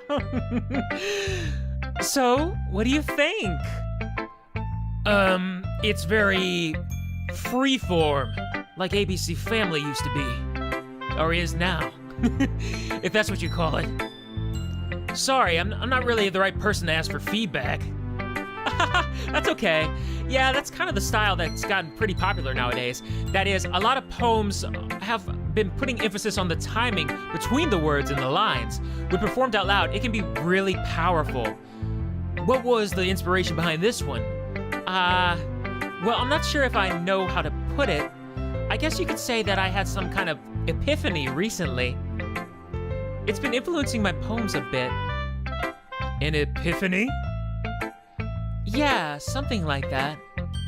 I'm kind of nervous to talk about the deep stuff like that because it's kind of coming on strongly. Maybe if everyone is better friends with each other. Anyway, here's Monica's writing tip of the day. Sometimes when you're writing a poem or a story, your brain gets too fixated on a specific point, and if you try so hard to make it perfect, then you'll never make it any progress. Just force yourself to get something down on the paper and tidy it up later. Another way to think about it is this. If you keep your pen in the same spot for too long, you'll just get a big dark puddle of ink. So just move your hand and get with the flow. That's my advice for today. Thanks for listening. Who should you show your poem to next? Yuri. As Yuri reads the poem, I notice her eyes lighten up. Exceptional! What was that? Did you say that? Did I say that out loud? Yuri first covers her mouth, but then ends up covering her whole face. He's going to hate me. You really didn't do anything wrong, Yuri. I guess you're right. Why am I getting so nervous for? Yuri takes a deep breath. Or just a breath. So, what kind of writing experience do you have? Your use of imagery and metaphors indicates you've written a lot of poetry before. Really? Wow, that's a huge compliment coming from you. This is actually my first time, really. Huh? Yuri stares at me blankly, then looks at my poem again. Well, I know that. I just meant, Yuri trails off, unable to find an excuse.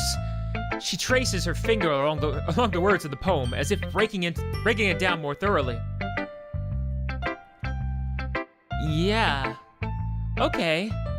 This is the reason I was able to tell. It's just that there are specific writing habits that are usually typical of new writers, and having been through that myself, I kind of learned to pick up on them. I think the most noticeable thing I recognize in new writers is that they try to make their style very deliberate. And in other words, they tend to pick a writing style separate from the topic matter, and they forfeit the two together. The end result is that both the style and the expressiveness are something because I clicked too fast, but we read it last time in the playthrough. Once Yuri finds her train of thought, it's as if her demeanor totally changes. Her stammering is completely gone, and she sounds like an expert. Of course, that's not something you can be blamed for. There are so many different skills and techniques that go into writing even a simple poem. Not just finding them and building them, but getting them to work together is probably the most challenging part. It might take you some time, but it all comes with practice, and learning by example, and trying new things. I also hope that everyone in the club gives you valuable feedback. Natsuki can be a little bit biased, though. Biased? How? Well... Never mind. I shouldn't be talking about other people like that. Sorry. It's fine. I'm not sure if Yuri is apologizing to herself, to me, or to Natsuki. Do you mind if I read your poem now? Oh, please do. I'd love to share my thought process behind it.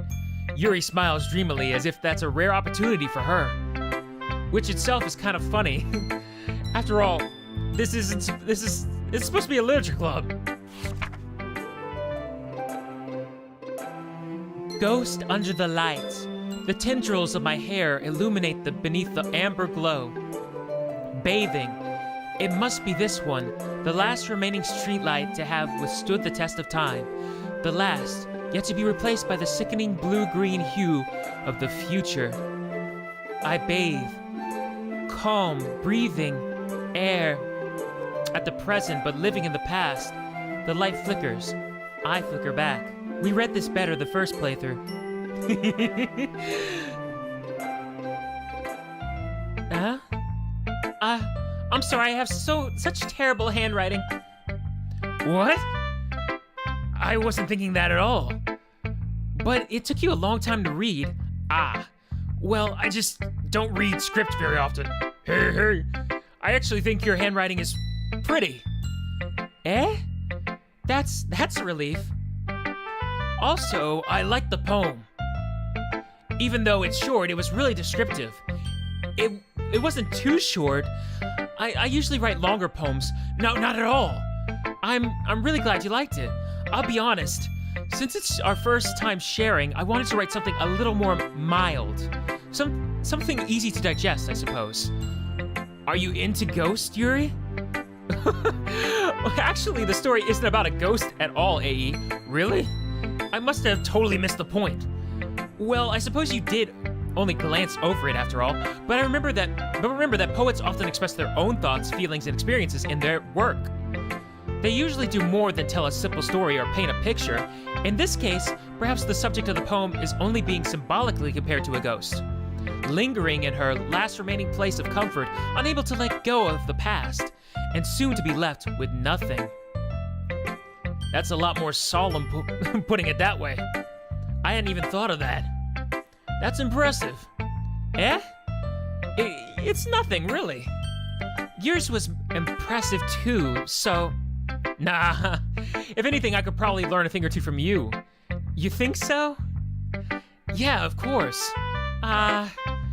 You know, I was really nervous about doing all this, but in the end, I enjoyed it. I'm going to keep doing my best for you, AE. Me too. For you.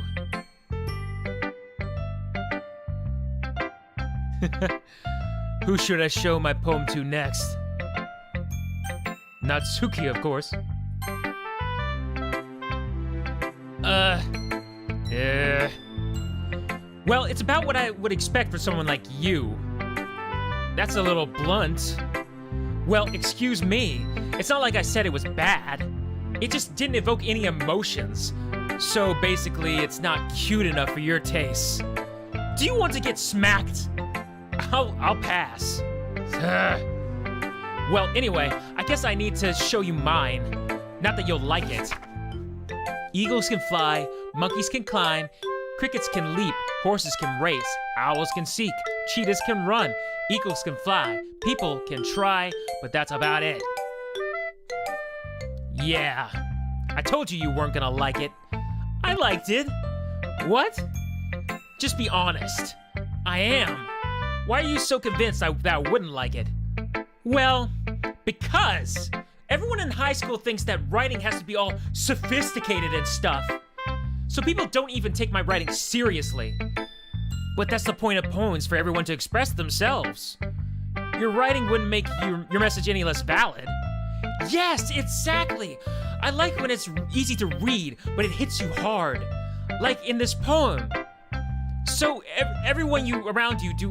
seeing everyone around you do great things can be really disheartening.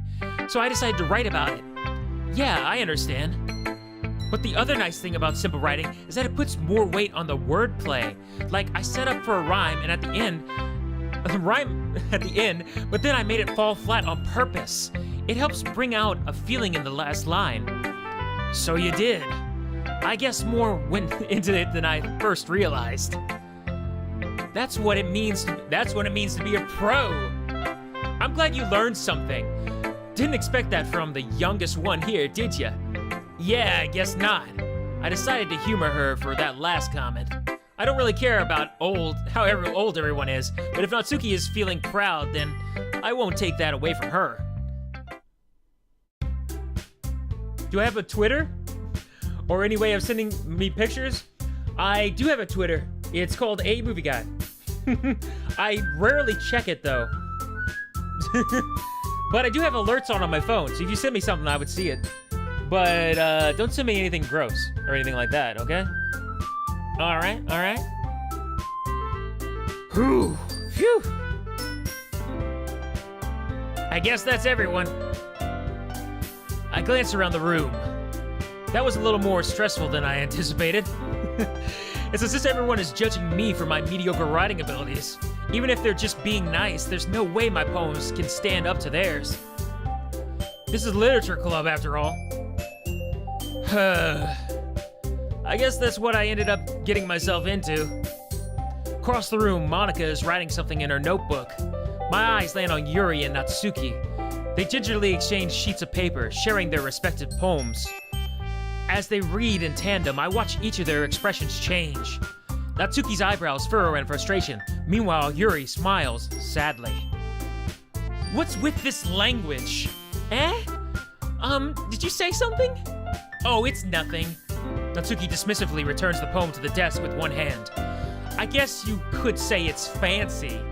Ah, thanks. Yours is cute. Cute? Did you completely miss the symbolism or something? It's clearly about the feeling of giving up. How can that be cute?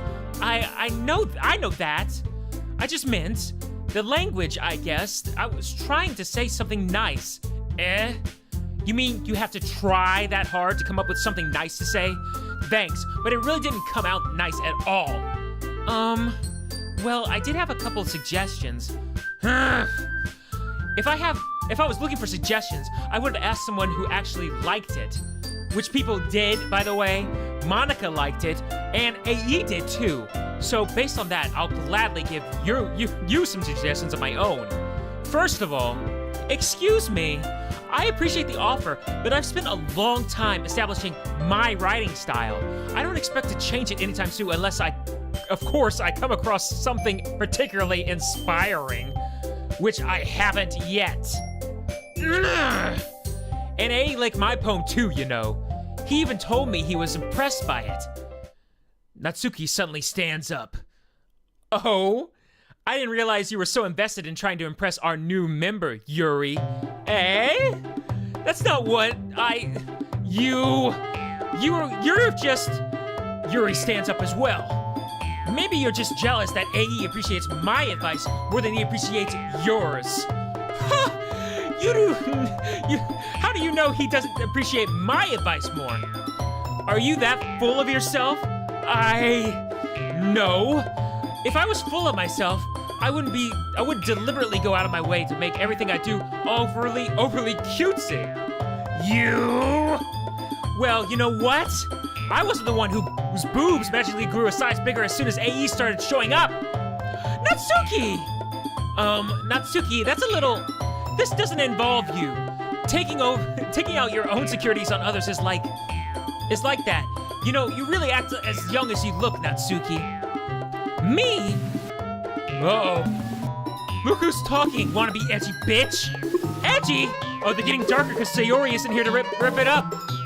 Sorry that my lifestyle is too much for anyone of your mental age to comprehend. See? Just saying that proves my point. Most people learn to get over themselves after they graduate middle school, you know.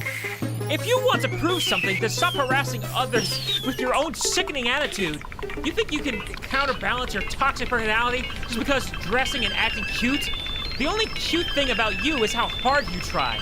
Whoa, be careful, or you might cut yourself on that edge, Yuri. Oh, my bad. You already do that, don't you? Did you just accuse me of cutting myself? What the fuck is wrong with your head? Yeah, go on. Let AE hear everything you really think. I'm sure he'll be head over heels for you after this. Suddenly, Yuri turns towards me, as if she just noticed I was standing here. AE! She's just trying to make me look bad. That's not true. She started it. How did I get here? Whoever I agree with, of course it's going to end badly.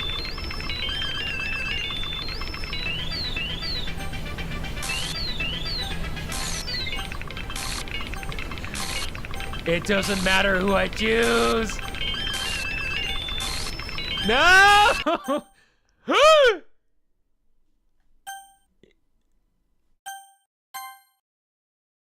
Monica. They won't let me choose Yuri. I committed to Yuri.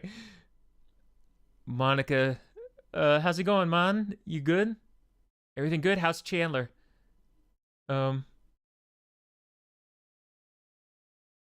Um, hey, AE, why don't we step aside for a little bit? Step outside for a little bit. Oh, we're gonna have some fisticuffs? Okay. Sorry about that. They really shouldn't have tried to get you involved. It's probably better for us to stay out of this. We'll go back inside once they're done yelling. Ha ha ha! Butt out!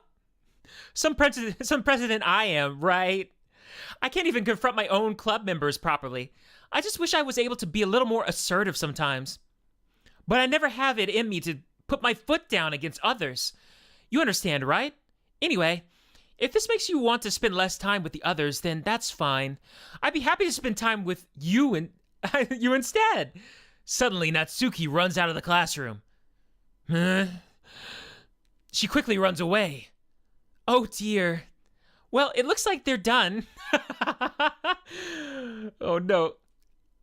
I didn't mean it. I didn't mean it. I didn't mean it. Yuri is rocking back and forth in her desk, and her palms are in her forehead. Yuri? I didn't mean it! I believe you! I have no idea what Yuri might have said to Natsuki. Or did. AE. Please don't hate me. Please! I'm not like this. There's something wrong with me today. It's fine, Yuri. We know you didn't mean it. Besides, I'm sure Natsuki will forget all about it by tomorrow. Completely. Anyway, the meeting is over, so you can go home now if you want. Yuri looks at me like she wants to say something. AE is the problem. Oh, I am. I really am the problem. These girls will be happy without me. It's like the butterfly effect. I'm gonna have to go back and strangle myself while I'm in the womb and kill myself, so I never have to flirt with these girls again. Apparently, this game is trying to teach us that if you flirt with girls, you're ruining their friendships and their lives.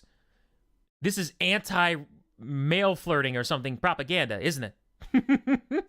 What am I doing? What is this? What is this? All boys should just stay at home all the time, become neats, like they said at the beginning, and play video games, and let girls just run amok in the world and have a good time. Is that what this game's trying to teach me? Is that the lesson that I'm supposed to take from this game? Continue. But she keeps glancing at Monica. You can go first, Monica. I'd like to stay a little bit longer. I'm the president, so I should be the last one out. I'll wait for you to be done. Well, I'm the vice president, so please let me take that responsibility for today. It's kind of sounds like you don't want me around for something, Yuri. It's not that. It's not that. I didn't get much of a chance to discuss my book with AE. It would just be embarrassing with you listening. I guess I don't really have a choice, do I? I'm sorry for causing trouble, but I really... Hey, I don't get to see our after-class discussion now, because the game glitched. Fester. Uncle Fester. Loves the universe. And death. And misfortune. AE's Cadillac. Oh, crap, I clicked on it. I shouldn't have clicked on it. Vivacious. What is this? Oh, no. Silly games, pure. Whisper, existence. Existence is hers. Agonizing. Fear. I know which ones are Yuri's. Eternity. I could still tell. Entropy. In a cage. Infinite cage. A starscape. Doki Doki. What the fruit? Sadness. Passion. Fickle passion, though. Crimson. Heart.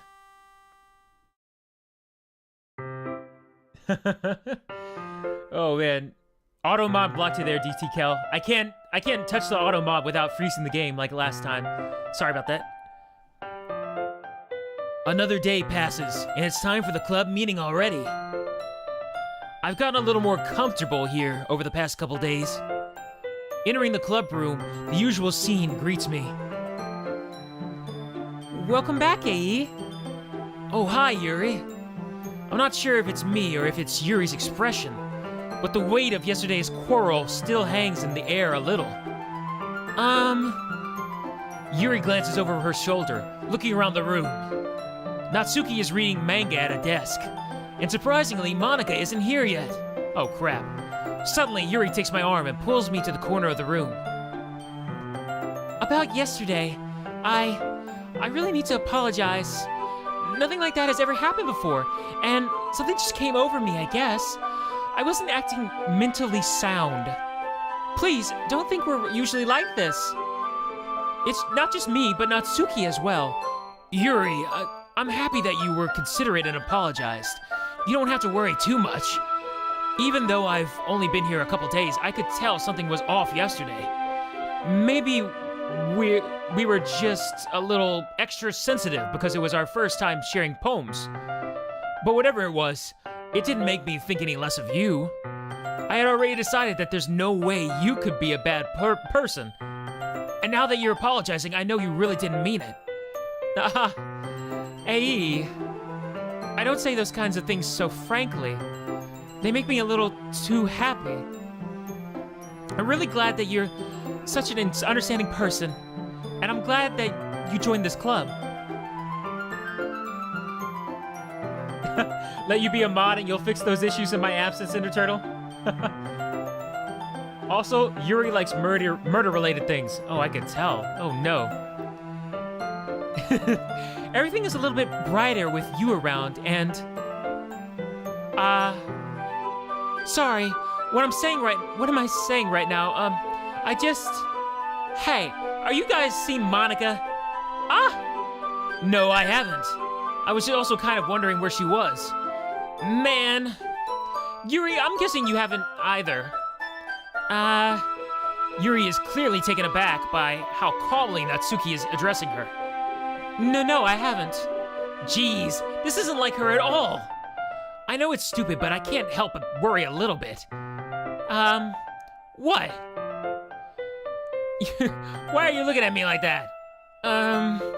Natsuki, about yesterday, I just wanted to apologize. I promise I didn't mean any of the things I said, and I'll do my best to stay under control from now on. So, Yuri, what the heck are you talking about? Did you do something yesterday? Jeez. Whatever's on your mind, I'm going to make sure it was nothing. I don't even remember anything bad happening. You're the kind of person who worries too much about the little things, aren't you? But I'll accept your apology anyway, if it helps you feel better about it. Besides, it's kind of nice to hear since I'm always afraid you secretly hated me or something like that. No, not at all. I don't hate you. Well, you're kind of weird, but I don't hate you either. Yeah, Natsuki turns to me. You're still on trial, though. Hey! Suddenly the doors swing open. Sorry, I'm super sorry. Oh, there you are. I didn't mean to be late. I hope you guys weren't worried about me or anything. Nah. Well, Natsuki was. I was not. What took you so long anyway? Well, my last period today was study hall. To be honest, I kind of lost track of time. That makes no sense, though. You wouldn't have heard the bell. You would have heard the bell ring at. Oh no, I'm glitching too on the second playthrough. You would have heard the bell ring at least. I must not have heard it since I was practicing piano. Piano? I wasn't aware you played music as well, Monika. Don't give me more credit than I deserve. I guess I'll be practicing for a while, but I'm still not really good yet. Still, that must be quite a lot of dedication. So I'm still impressed. Butt out. Well, thanks, Yuri. You should play something for us sometime. That's... Monica looks at me. Well, I'm working on writing a song, but it's not quite done yet. Maybe once I get a little bit better, I will. That sounds cool. I look forward to it. Is that so? In that case, I won't let you down, I got the hiccups. Hey, movie guy, the EXT has stopped working.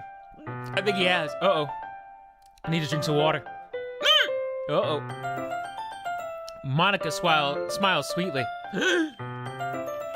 Whew, hold your breath, get some water here. Hold on.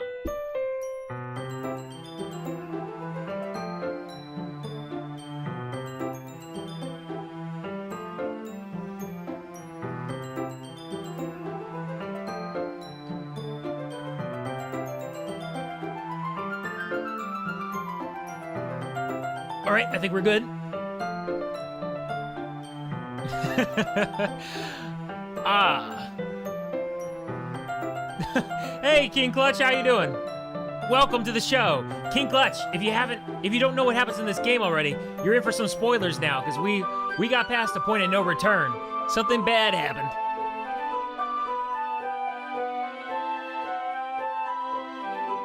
Yeah, I beat the first game. We're on the first new game plus, quote unquote. It's very sadistic stuff. I didn't mean any pressure or anything like that. Don't worry. I was hoping that I could share it with you anyway. I guess that's why I've been practicing so much recently. I see. I'm not sure if Monica was referring to the whole club or just me. In that case, best of luck. Thanks. So I didn't miss anything, did I? Not really. I chose not to bring up anything that the three of us talked about. Besides, Natsuki has already run off into the closet. Hey, since your compliments put me in a good mood, I was wondering if you would like to spend some time together today. I mean, in the club. Yeah, definitely. I planned on it anyway. Okay. Can we start now? Let's find a place to sit. I'm being a little forceful, aren't I? I'm sorry. My heart, I just won't stop pounding for some reason. Oh, don't worry about it. If anything, it's nice to see you have so much energy. Yeah, but I need to try to stay calm. I won't be able to focus on reading like this. Take your time. Yuri takes a deep breath, then pulls a copy of the book out from her bag.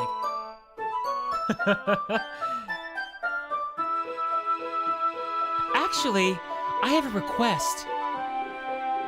Do you mind if I make some tea first? Oh, not at all. Thanks very much. If there's one thing that can make my reading time here any better, is a nice cup of tea. Not to mention for yourself as well. Yuri stands up and makes her way to the closet. I follow and watch as she retrieves a small water pitcher from the shelf, the kind with a filter inside. Can you hold this for a second? Sure. Yuri hands me the water pitcher and also fetches an electric kettle.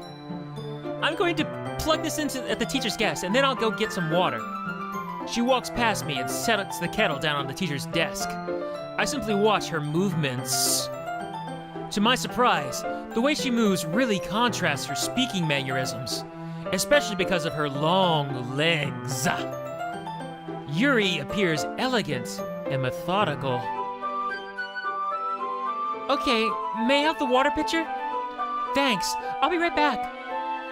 I might as well walk with you. That's okay. You stay here. It won't take long.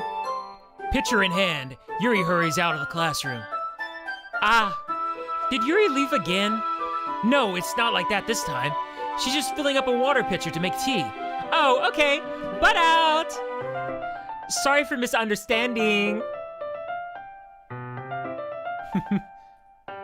10 minutes pass. Yuri said it wouldn't take long. Is something holding her up? I'm bored just waiting here, so I decided to go look for her. Let's see. The most logical place for Yuri to be would be the nearest water fountain. I start heading down the hallway. What's that noise? It's coming from around the corner. It sounds like breathing. A sharp inhale, like someone is sucking the air through her teeth. Are they in pain?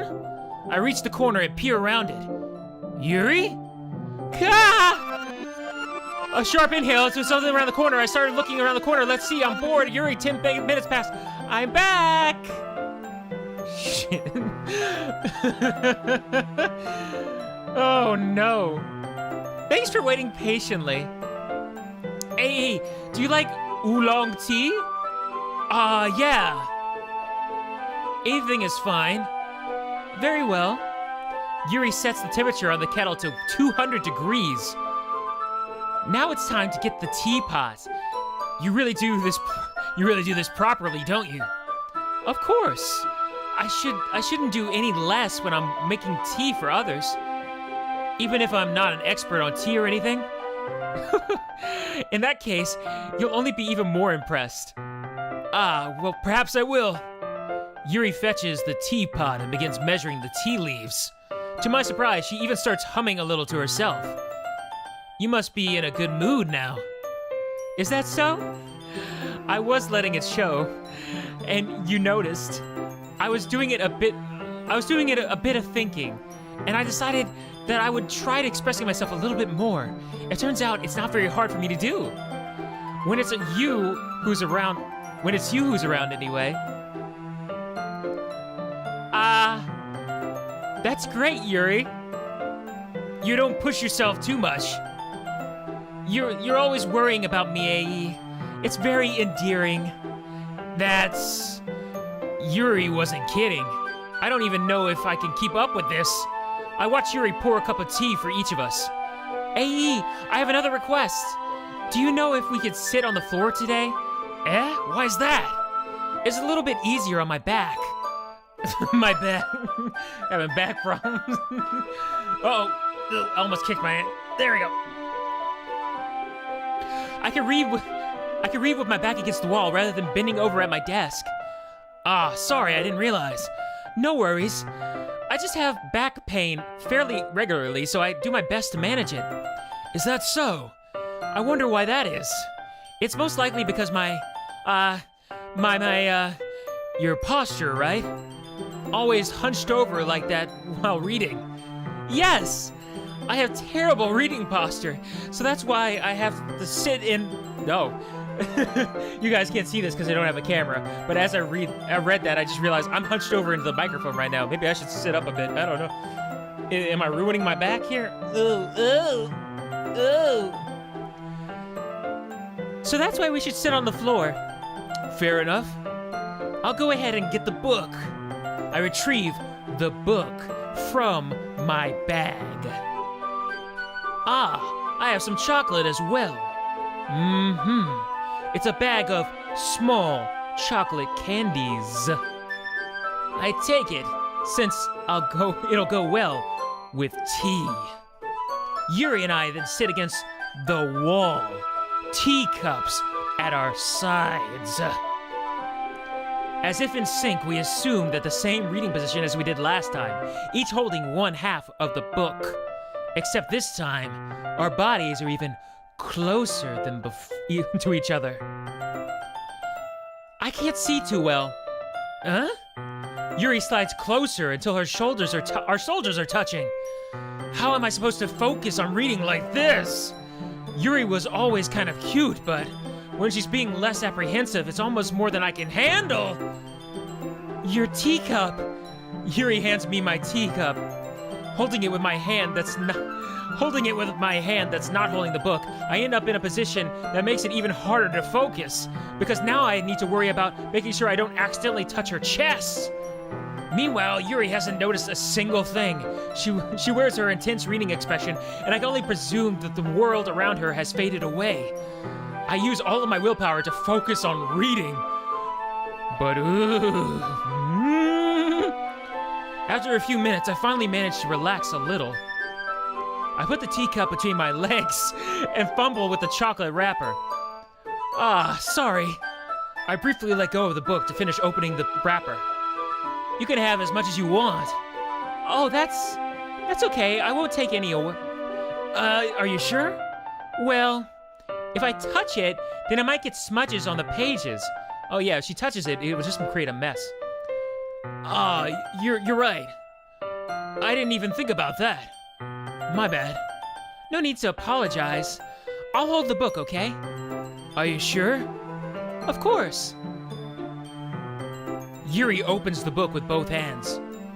She holds it so that I don't have any harder of a time reading from it. But as a result, her left arm is practically resting on top of my leg. Well, in that case, Yuri is already totally focused on reading again. I take a chocolate candy and pop it in my mouth. Then I take another chocolate and I hold it up to Yuri. She doesn't even look away from the book. She simply parts her lips, and as if this situation was completely natural. But that means I can't stop here. I apprehensively place the chocolate into her mouth. Just like that, Yuri closes her lips over it. Yuri's expression suddenly breaks. Did I just... Yuri looks at me like she needs to confirm what just happened. AE, so sorry. I guess I shouldn't have done that, but... Yuri starts to breathe heavily. I can't. AE, Suddenly, Yuri forcefully grabs my arm and jerks me to my feet. My teacup gets knocked over. AE, my heart won't stop pounding, AE. I can't calm down. I can't focus on anything anymore. I can't feel it, AE. Yuri suddenly presses my hand against her chest. Why is this happening to me? I feel like I'm losing my mind. I can't make it stop. It even makes me not want to read. I just want to look at you. Oh, shit. Ah! Ah! This is getting freaky. Ah! Oh no. It's time to share the poems. Oh no. Oh no. Who should we share the poem with first? Yuri, I guess. Monica saves the day. This girl was gonna eat me. Oof. I've been waiting for this. Maybe I came on a bit too strong. She's gonna murder me. She's totally gonna murder me. So much for the second playthrough. Oh, okay. I've been waiting for this. Let's see what you've written today. Yeah? Yuri stares at the poem with a surprised expression on her face. Do you like it? AE, this one might be even better than yesterday's. How did I even pick up on this so quickly? How did you even pick up on this so quickly? Just yesterday I was telling you the kind of techniques worth practicing. Maybe that's why. You did a good job explaining. I really wanted to try giving it more imagery. Yuri visibly swallows. Even her hands appear sweaty. That makes me so happy. It's so amazing to feel like I'm valued, AE. Everything that you write is a treasure to me. My heart pounds just holding it. I want to write a poem about this feeling. Is that bad, AE? I'm not being weird, right? I'm having a harder time than usual at concealing my emotions. I'm kind of embarrassed. But right now, I just want something. I want you to read my poem, something. There you go. Wheel. A rotating wheel, turning on an axle, grinding. Bullhead? Bolt head. Linear gearbox. Sorry.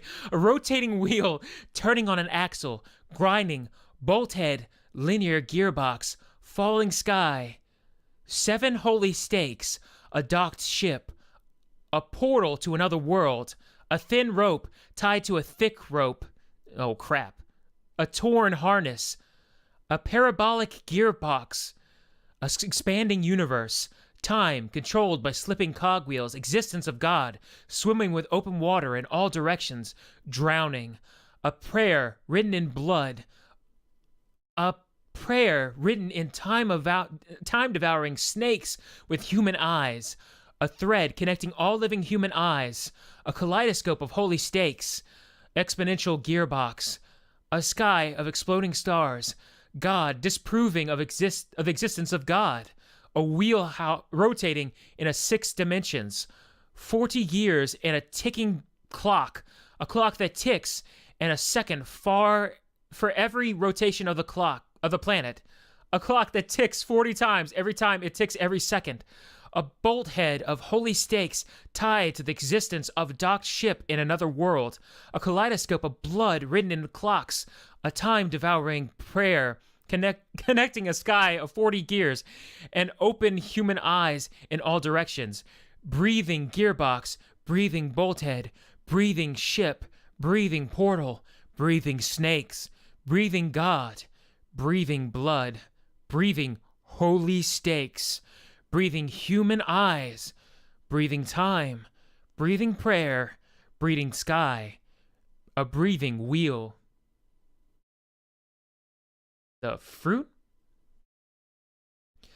Well, it's something about how the infinite keeps on turning, whether we believe in God or not, and human eyes look to manipulate the turning of time and stuff, but they can't manipulate the wheels and its stakes that keep driving themselves deeper and deeper in, or something like that. I don't know. That's my brief interpretation. The script writing, the script penmanship made it even harder to read this very interesting poem.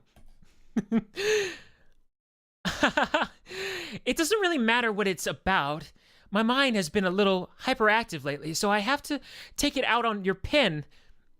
That is, a pen fell out of your backpack yesterday, so I took it home for safekeeping, and I just really like the way that it writes, and so I wrote this poem with it, and now you're touching it, and I'm okay. What did I miss? What I just, Can we pretend this conversation never happened? You can keep the poem, though. To Monica. Hey, I thought you saw something. Hey, I think you saw something earlier that you weren't supposed to see. What was that?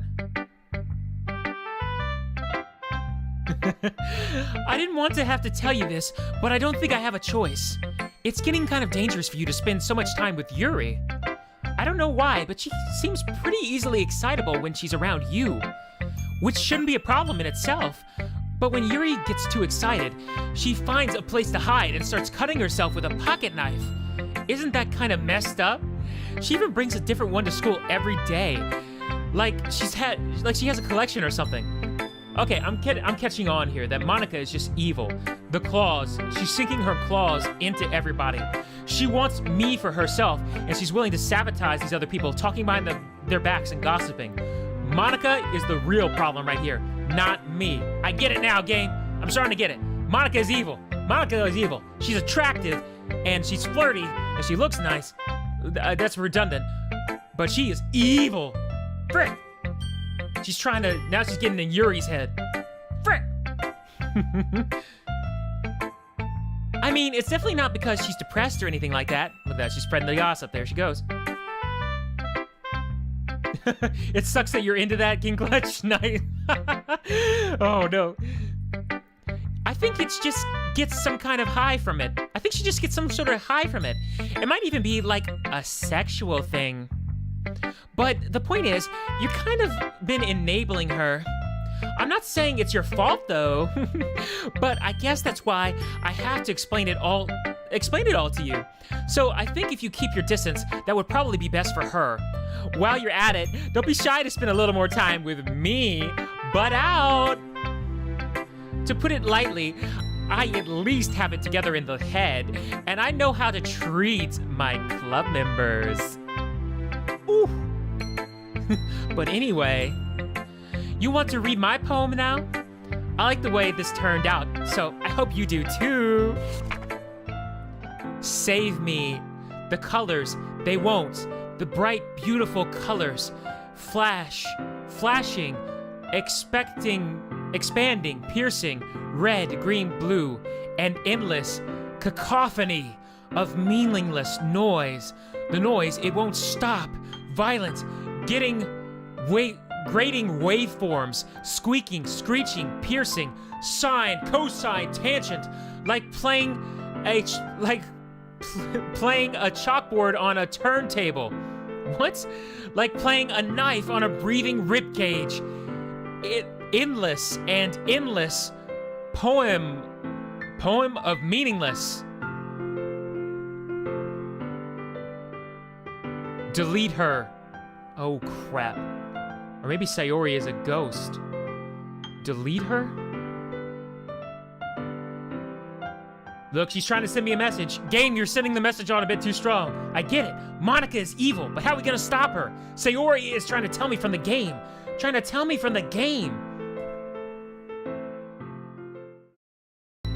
From the grave. Sorry. Sorry, I know it's kind of abstract, but out. I'm just trying to, well, never mind. There's no point in explaining. Anyway, here's Monica's writing tip of the day. Sometimes you'll find yourself facing a difficult decision. When that happens, don't forget to save your game.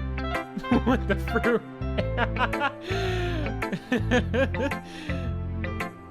Oh no. You never know when, who am I talking to? Can you hear me? Tell me you can hear me. Anything? Please help me. Okay. That's my advice for today. Thanks for listening. Something's happening here. If I finish this game, it's not gonna be like The Ring, like something's gonna come and attack me in 7 days. Did you guys screw me over? I know a lot of people have played this game and they're not dead, so I'm assuming I'm okay. And let me just knock on some wood over here to not jinx myself. There we go, just in case. Save? Oh, copy that. It has been a while. What the hell? All the save slots are gone. Okay. Saving, just in case. Are they trying to they're testing me here, huh? They're testing me, I see. They deleted all my saves. Son of a... I see how it is. Natsuki.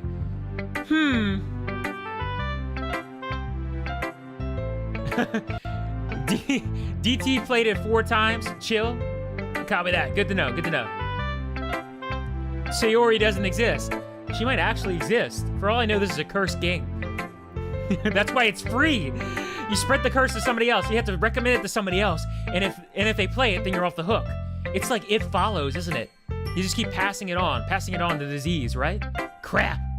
I'm screwed. Okay. I liked your last one better. Really? Well, yeah, I can tell you were a little more daring with this one, but you're really not good for that yet. It fell flat. That may be true, but I just wanted to try something different. I'm still figuring this all out. Fair enough, you're still new to this, so I wouldn't expect you to find your style right away. I mean, everyone in this club writes really differently from each other. Maybe you find a little influence from all of us. For instance, I noticed that you were spending some time with Yuri today. Not that I care who you spend time with. After all, I was taught never to expect anything from anybody. So it's not like I was waiting for you or anything. Still, you should at least look over my poem. You'll probably be able to learn something from it. Amy likes spiders. You know what I heard about Amy? Amy likes spiders. Icky, wriggly, hairy, ugly spiders. That's why I'm not friends with her. Amy has a cute singing voice. I heard her singing my favorite love song. Every time she sang the chorus, my heart would pound to the rhythm of the words. But she likes spiders, and that's why I'm not friends with her. One time, I hurt my leg really bad. Amy helped me up and took me to the nurse. I try not to let her touch me. She likes spiders, so her hands are probably gross. That's why I'm not friends with her. Amy has a lot of friends. I always see her talking to people. She probably talks about spiders. What if her friends start to like spiders too? That's why I'm not friends with her. It doesn't matter if she has other hobbies. It doesn't matter if she keeps it private. It doesn't matter if it doesn't hurt her anyway. Hurt anyone. It's gross. She's gross. The world is better off without spiders. And I'm gonna tell everyone. All right.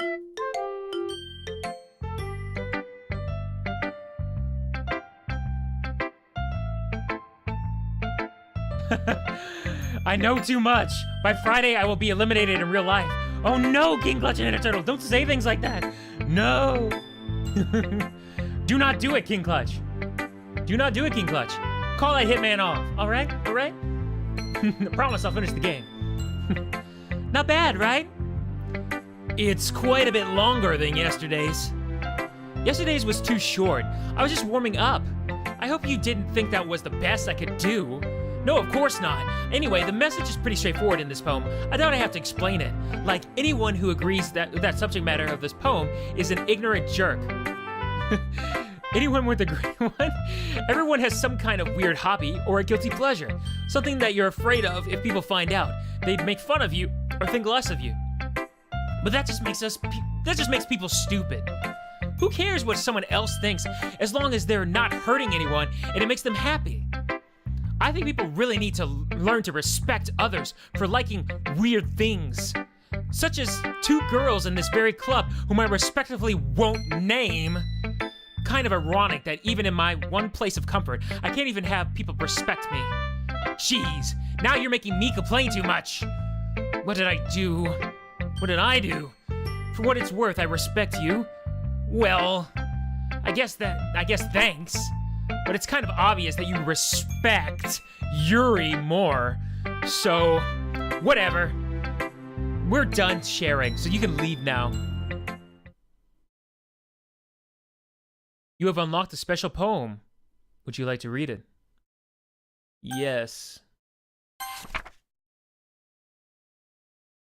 Today, I cut my skin open for the first time.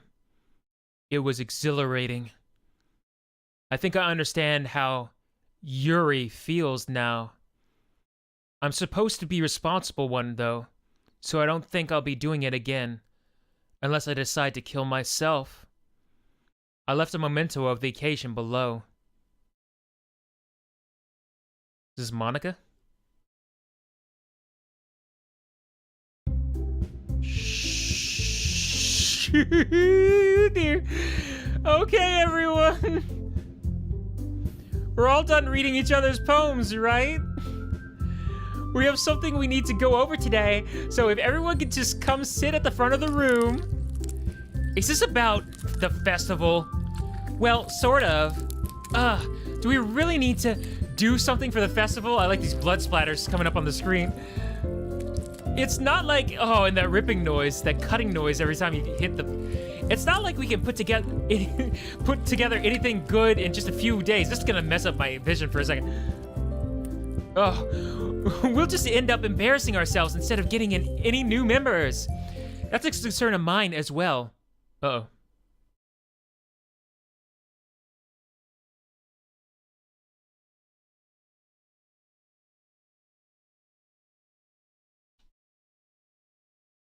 Hello? Oh, hey, how's it going, girls? Woo! All right, I don't really do well with last-minute preparations. Don't worry so much. We're going to keep it simple, okay? Look, I know everyone's been a little more lively ever since AE joined, and we started with some club activities. But this isn't the time for us to become complacent. We still only have 4 members, and the festival is our only real chance to find more, you know? What's so great about getting new members anyway? We already have enough to be considered an official club. More members will just mean everything gets noisier and more difficult to manage. Natsuki! I don't think you're looking at it the right way at all. Don't you want to share your passion with as many people as you can? To inspire them to find the same feelings that brought you here in the first place? The Literature Club should be a place where people can express themselves that they can't do anywhere else. It should be a place so intimate that you never want to leave. I know you feel that way too. I know we all do. So that's why we should work hard and put something together for the festival, even if it's something small. Right, AE? Oh, come on! You can't take advantage of AE to agree with you just because he doesn't know how to say no to anything. Look, Monica, do you really think any of us here joined the club with other people in mind? Yuri never even talked until AE joined. As for me, I just like it better here than I do at home. And AE isn't even passionate about literature in the first place. And that's everyone. Sorry, but you're really the only one who's so interested in finding new members. The rest of us are fine like it is. Like this. I know you're president and all, but you should really consider your own opinions for once. Our own opinions for once. Monica is clearly taken aback by Natsuki's words. That's not true at all. I'm sure Yuri and AE want to get more members too, right? I don't know about Yuri, but I'm kind of indifferent. If I showed as much enthusiasm as Monica wanted, then I would probably be lying. Still, if it was up to me to rescue this situation, no. Natsuki's right, isn't she? This club, it's nothing more than a place for a few people to hang out. Why did I think that everyone here saw it the same way I did? But that doesn't mean that we are against getting new members or anything. AE, why did you even join the club? What were you hoping to get out of it? Well, that's not really something I can be honest about, is it?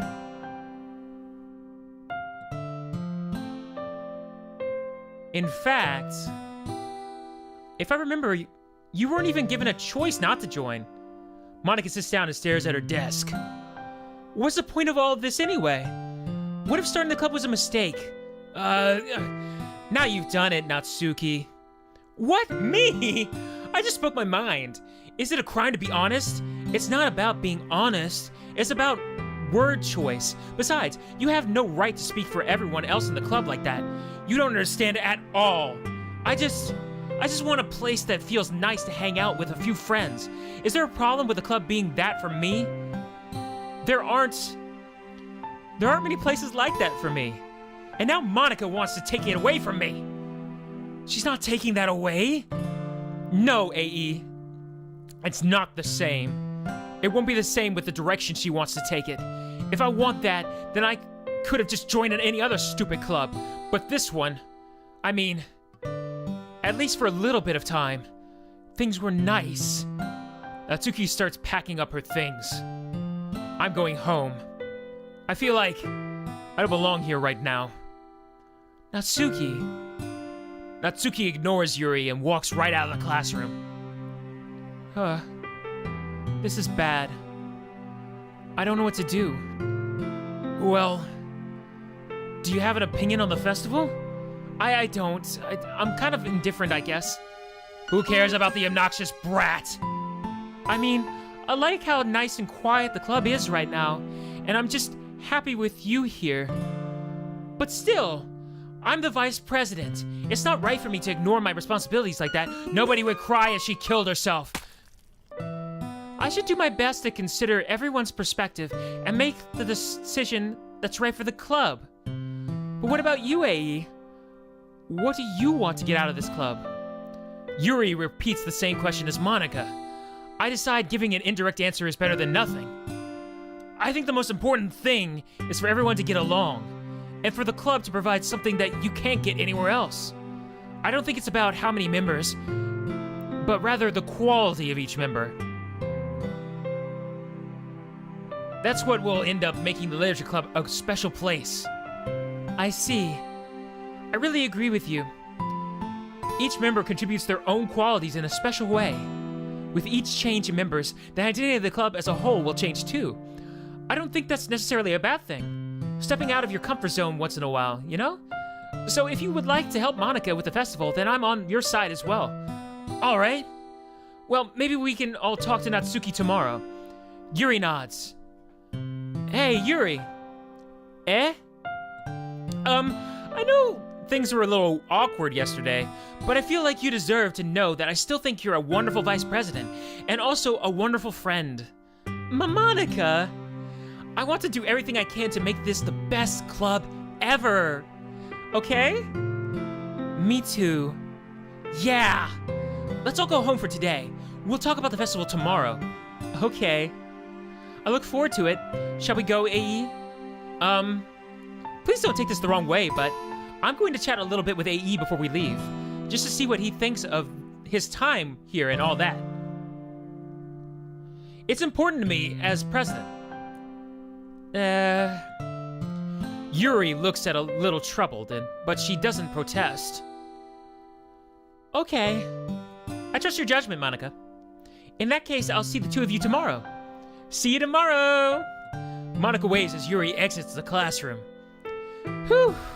Things have been a bit hectic lately, haven't they? AE, I just want to make sure that you're enjoying your time at this club. I would really hate to see you unhappy. I feel kind of like I'm responsible for that as president, and I really do care about you, you know? I don't like seeing the other girls give you a hard time. With how mean Natsuki is and everything, and Yuri being a little bit, you know. Butt out! Sometimes it feels like you and I are the only real people here. You know what I mean? But it's weird, because in all the time that you've been here, we've hardly gotten to spend any time together. I guess it's technically only been a couple days. Sorry, I didn't mean to say something weird. There are just some things I've been hoping to talk about with you. Things I know only you could understand. So, that's why... Wait, not yet. No!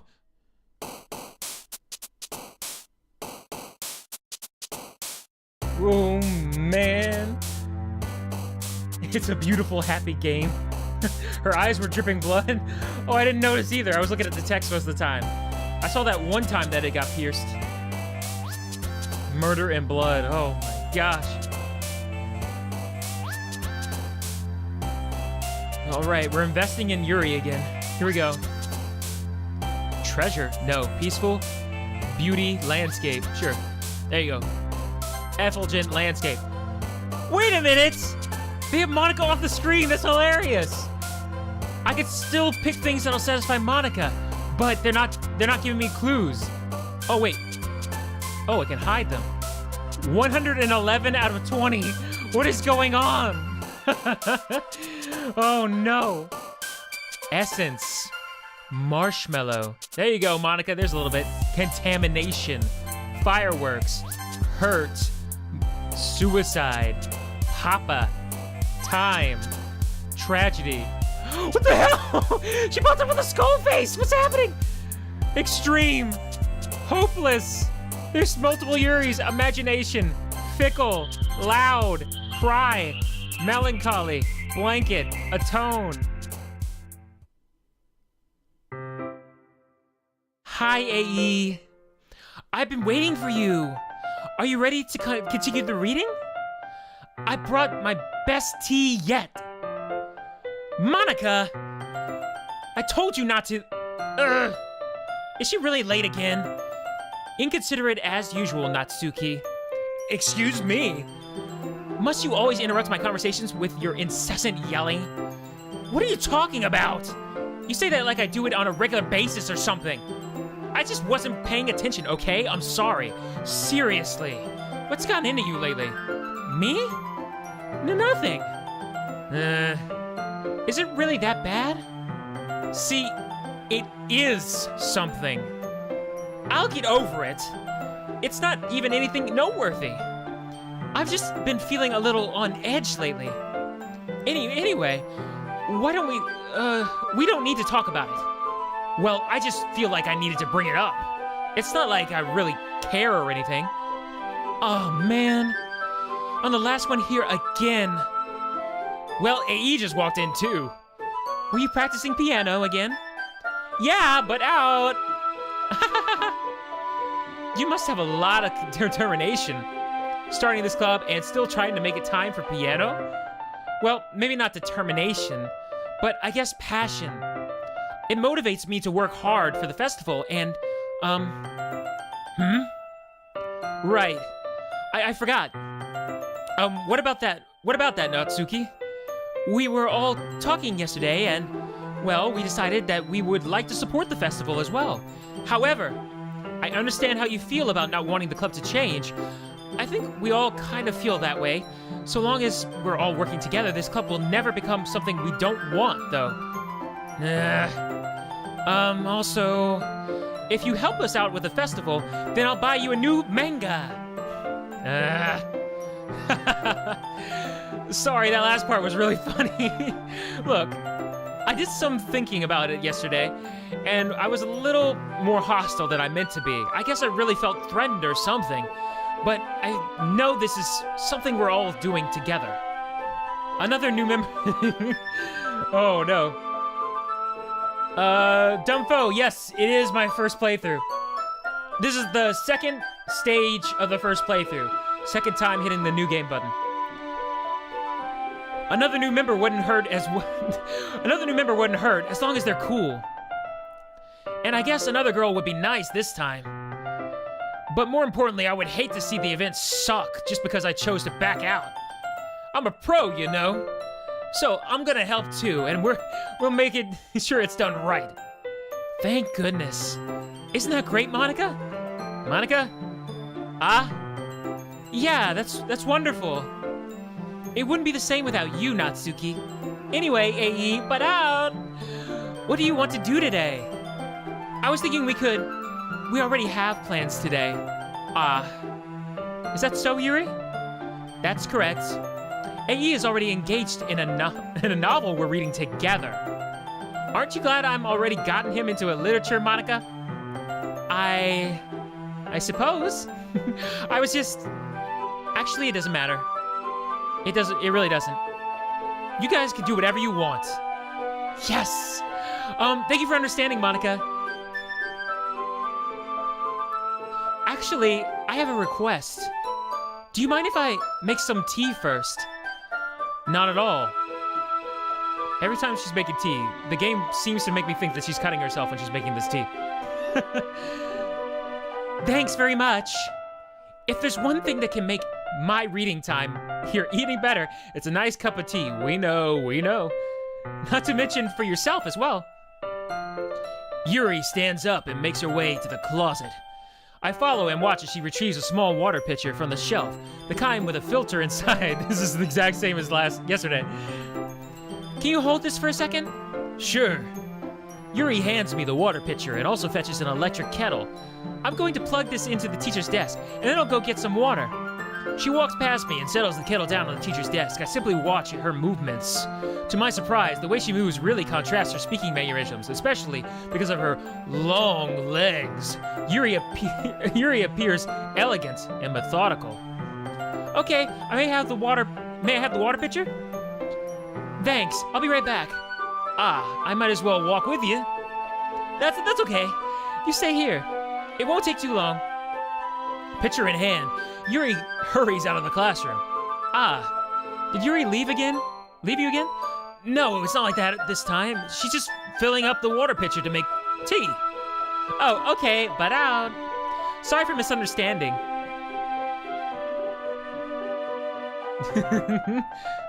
10 minutes pass. Yuri said it wouldn't take long. Is something holding her up?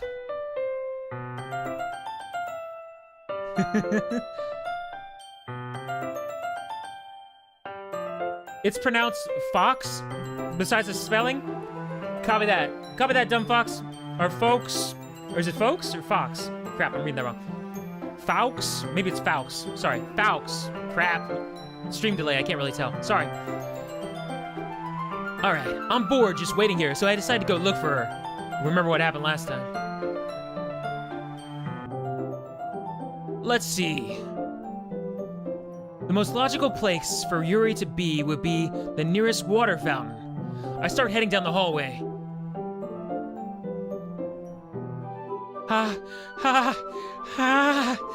What's that noise? It's coming from around the corner. It sounds like breathing. A sharp inhale, like something is sucking the air through their teeth. Are they in pain? I reach the corner and peer around it. Yuri? Ah! A sharp pain, yeah, ha ha. The most logical place to look for her on board. Yuri, 10 minutes, please.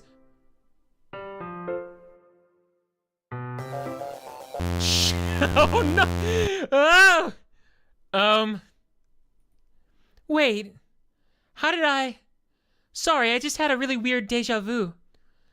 This hasn't happened before or anything, right? My head has been a little fuzzy lately. I hope it hasn't really been showing or anything. I would hate for you to think I'm weird just after we started spending time together. I mean, everyone has a few unusual things about them. But expressing those things so soon after meeting someone is usually seen as inappropriate or unlikable. At least, that's what I've discovered. When I was a bit younger, I think I would come on really strong and get a little too intense. It made people not want to be around me. So, I started hating those things about myself.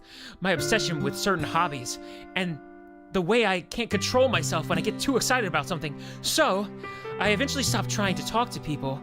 If nobody could ever like me for the things that matter most to me, then it's just easier if I close myself off. But recently, something's been wrong.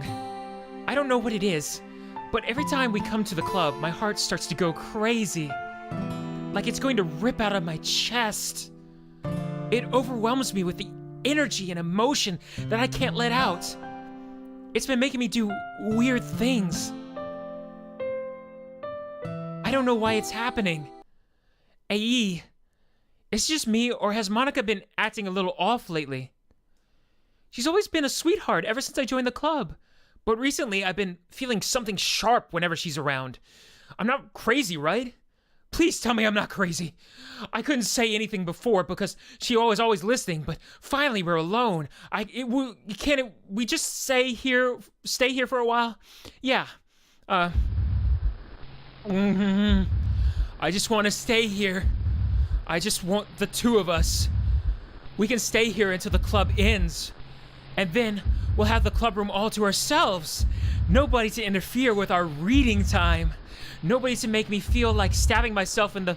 That was a joke. Just a joke. I do like knives, though. It sounds strange, but you wouldn't understand if you'd never seen how beautiful they are.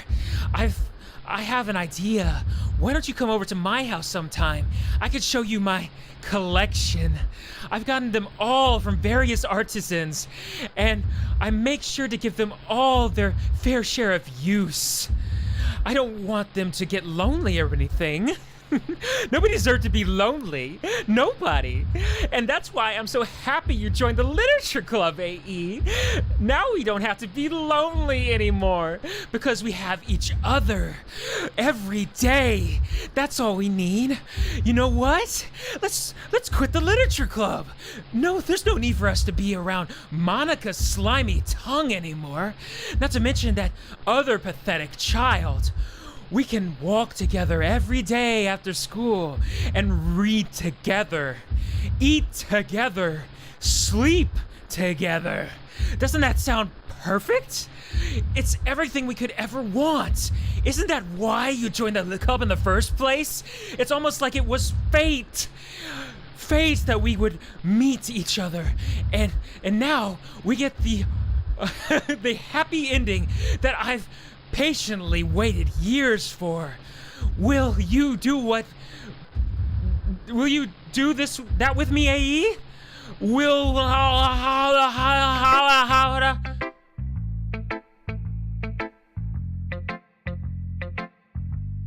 Crap. Well, who should we share our poem with first?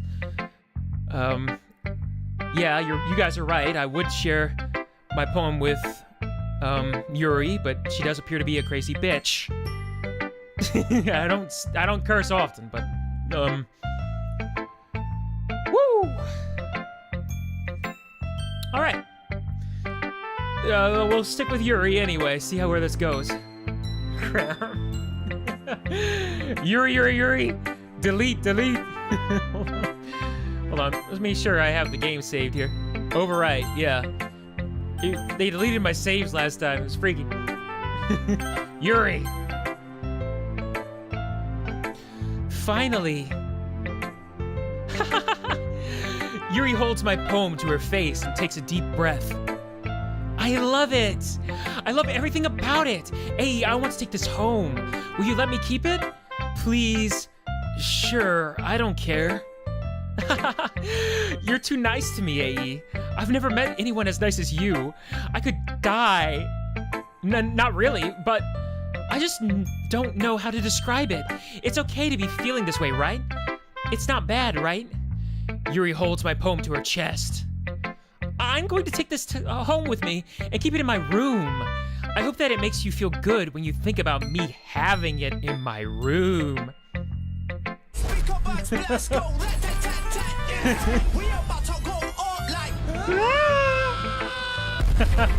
Snort the poem. Thank you for the follow. Dumb. Oh, I feel weird calling you dumb. Thank you for the follow, dumb fox. Oh man. I'll take good care of it. I'll even touch myself while reading it over and over.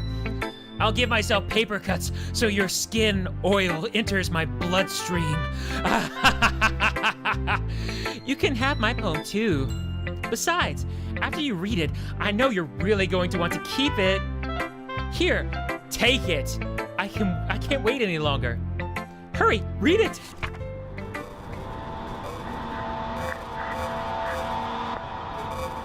Well, your penmanship needs a little work this time. Can I get a Google Translate out here? Aha. It's beautiful.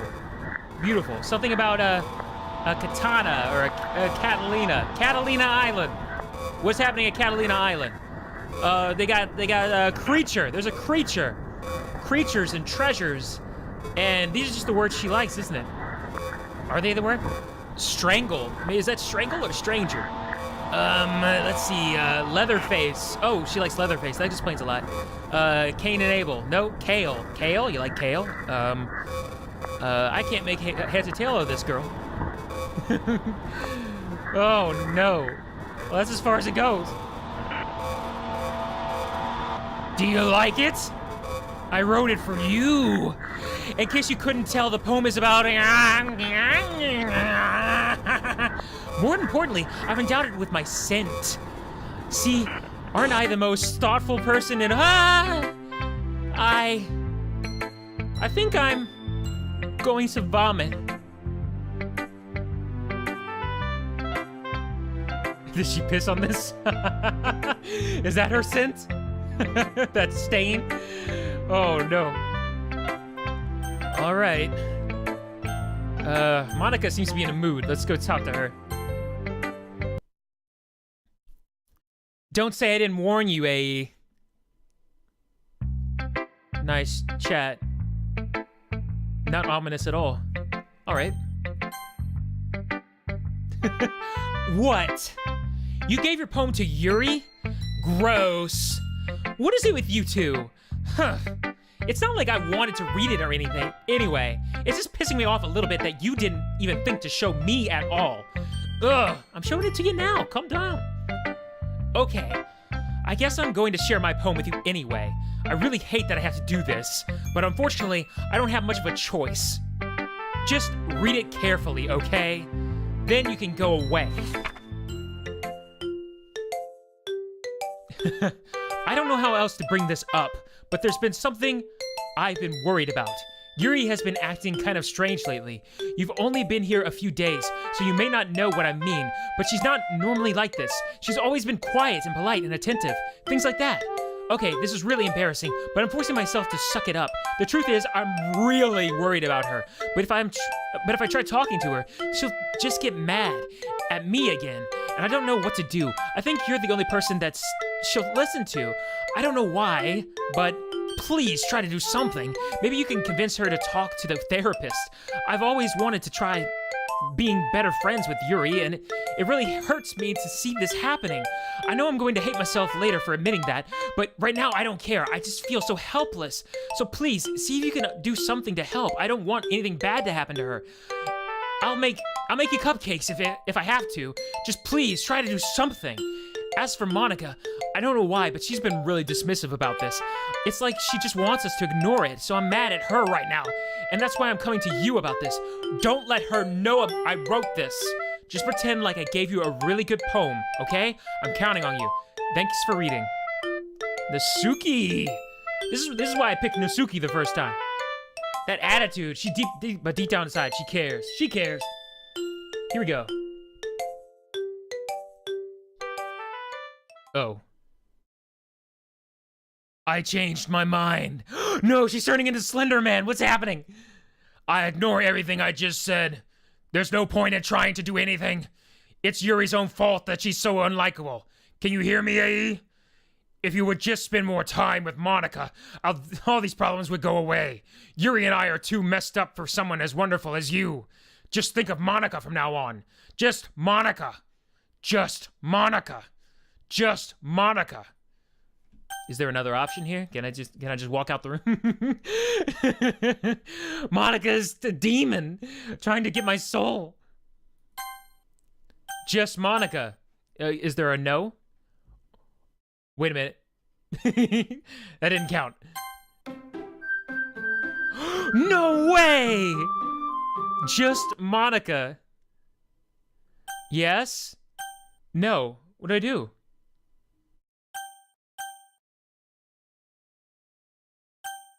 What do I do? If I say yes, it's gonna be just her. What happens if I say no? Will she have...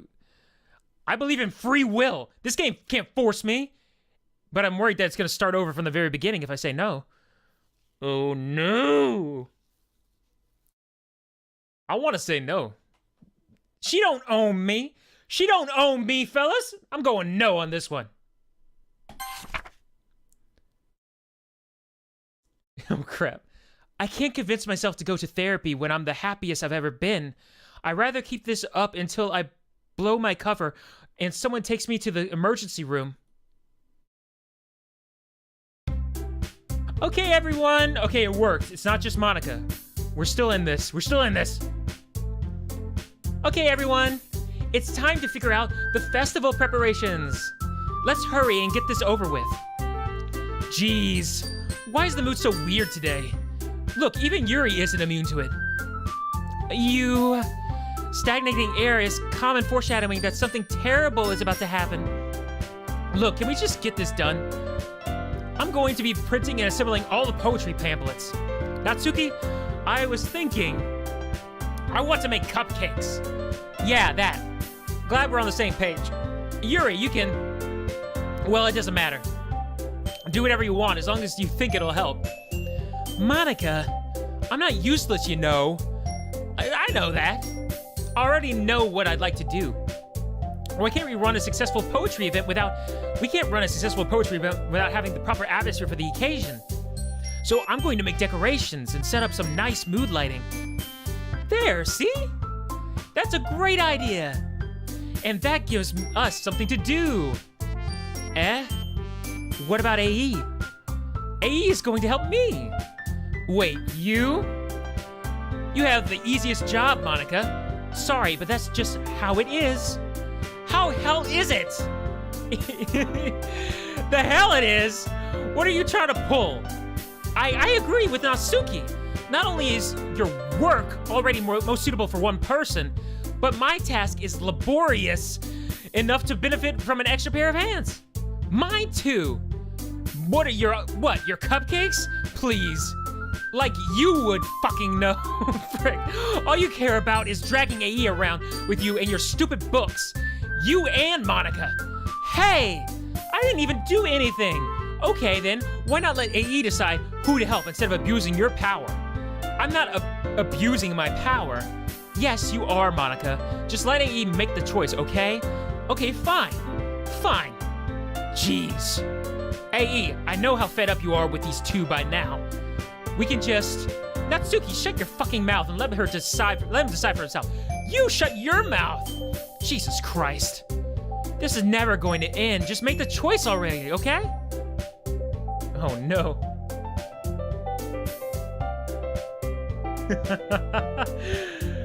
Oh no, your internet's giving out on you, DT Cal? Oh man.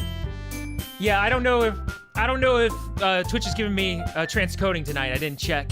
Twitch is a bit inconsistent in doing that for me. Yuri? Oh yeah, I'm going Yuri. Look at this! The game is, I'm not touching anything. The game is trying to get me to press Monica. This is amazing. The game is,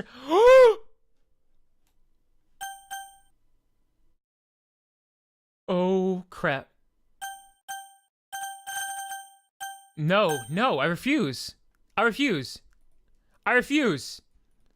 No, skip. No. Whoa, crap. No. Where's Yuri?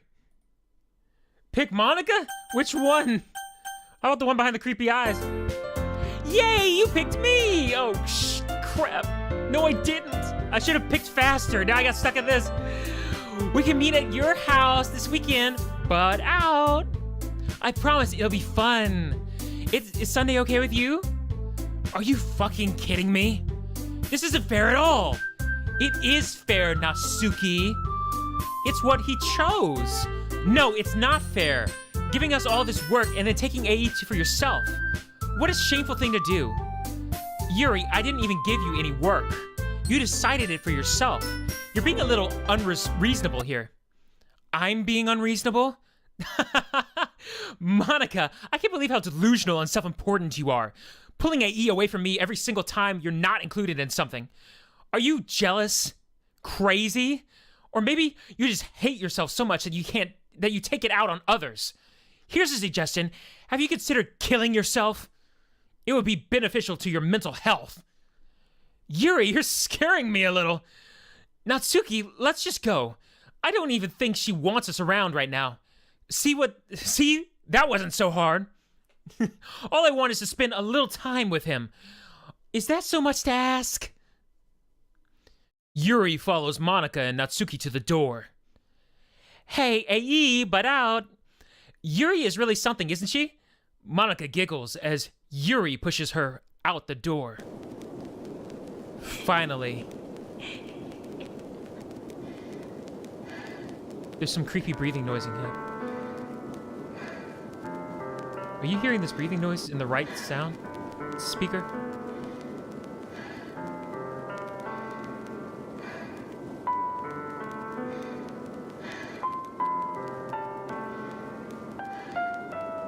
Finally! This is really all I wanted. AE, there's no need to spend the weekend with Monica. Don't listen to her. Just come to my house instead. The whole day with just the two of us. Doesn't that sound wonderful? Wow, there's really something wrong with me, isn't there? But you know what? I don't care anymore. I've never felt this good in my whole life. Just being with you is a far greater pleasure than anything I could imagine. I'm addicted to you. It feels like I'm going to die if I'm not breathing the same air as you. Doesn't it feel nice to have someone to care about you so much? Oh, to have someone who wants to revolve their entire life around you? But if it feels so good, then why does it feel more and more like something horrible is going to happen? Maybe that's why I tried stopping myself at first, but the feeling is too strong now. I don't care anymore, AE. I have to tell you, I'm madly in love with you. It feels like every inch of my body, every drop of my blood in me, screaming your name. I don't care what the consequences are anymore. I don't care if Monica is listening. Please, AE, just know how much I love you. I love you so much that I even touched myself with the pin I stole from you. Whoa. I just want to pull your skin open and crawl inside of you. I want you all to myself. And I will be only yours. Doesn't that sound perfect? Tell me, AE. Tell me you want to be my lover. Tell me you accept my confession. Sure, let's do it. Yeah, it's a nice pin. It's a nice pin, to be fair. Very inky, sharp. I'm sure she didn't use the sharp in, but maybe she did. Actually, Yeah, she likes to cut herself. Maybe she's cutting herself with the sharp end, but she, oh, frick. All right, here we go.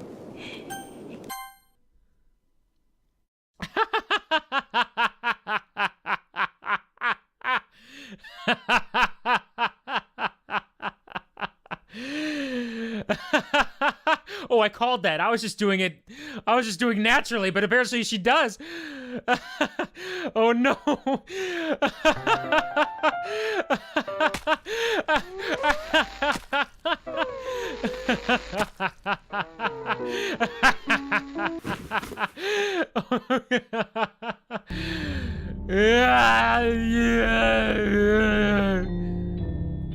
Yeah.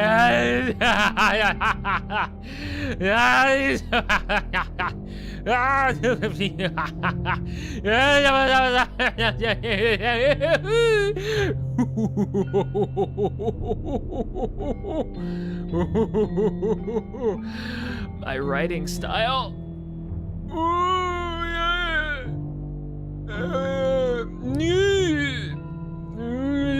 Guys.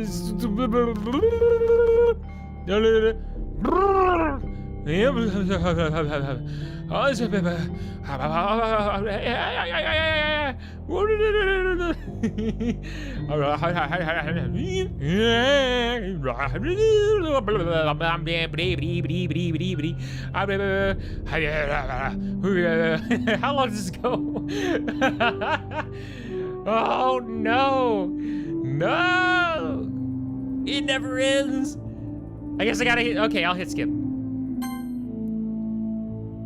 Oh my gosh!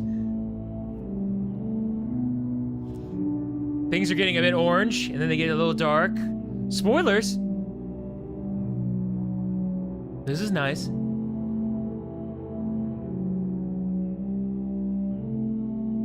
This is nice. Is anybody gonna come into this room? Where's the janitorial staff? They must be lazy. Maybe they don't work every single day. You got a lot of trash all in these bins everywhere. What a prank this is! Imagine if somebody was clicking through this the whole time. If I was playing this by myself and you guys didn't tell me to skip, it would have been ridiculous. Okay, apparently this is an unused classroom as well. Yeah. Uh-huh. Oh, did she move her eyes to look at me?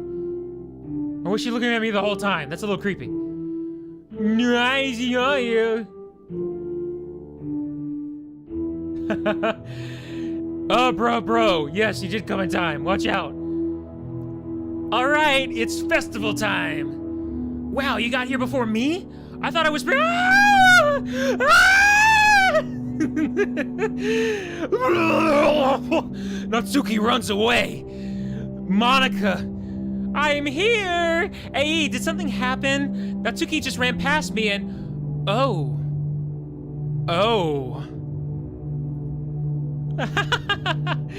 Well, that's a shame. Wait, were you here the entire weekend, AE? Oh, jeez. I didn't realize the script was broken that badly. I'm sorry, super sorry. It must have been pretty boring. I'll make it up to you, okay? Just give me a sec. Remove characters successfully. Deleted successfully. Remove characters Natsuki. Natsuki character? I'm almost done. I just want to have a cupcake real quick. Monica lifts the foil from tray and takes a cupcake. Seriously, these are the best. I really just had to have one, since it's the last time I'll ever get a chance to... You know, before they stop existing and everything. But anyway, I really shouldn't be making you wait any longer. Just bear with me, okay? This should only take a second. Oh no. Oh no. Why delete Natsuki? We still got 2 more playthroughs, I assumed. Crap. I liked Natsuki the best. We had a wonderful cupcake date and we almost kissed before we got blocked by the person who hung herself. Oh man. Can you hear me? Is it working? Yay, there you are. Oh no. Oh good, save.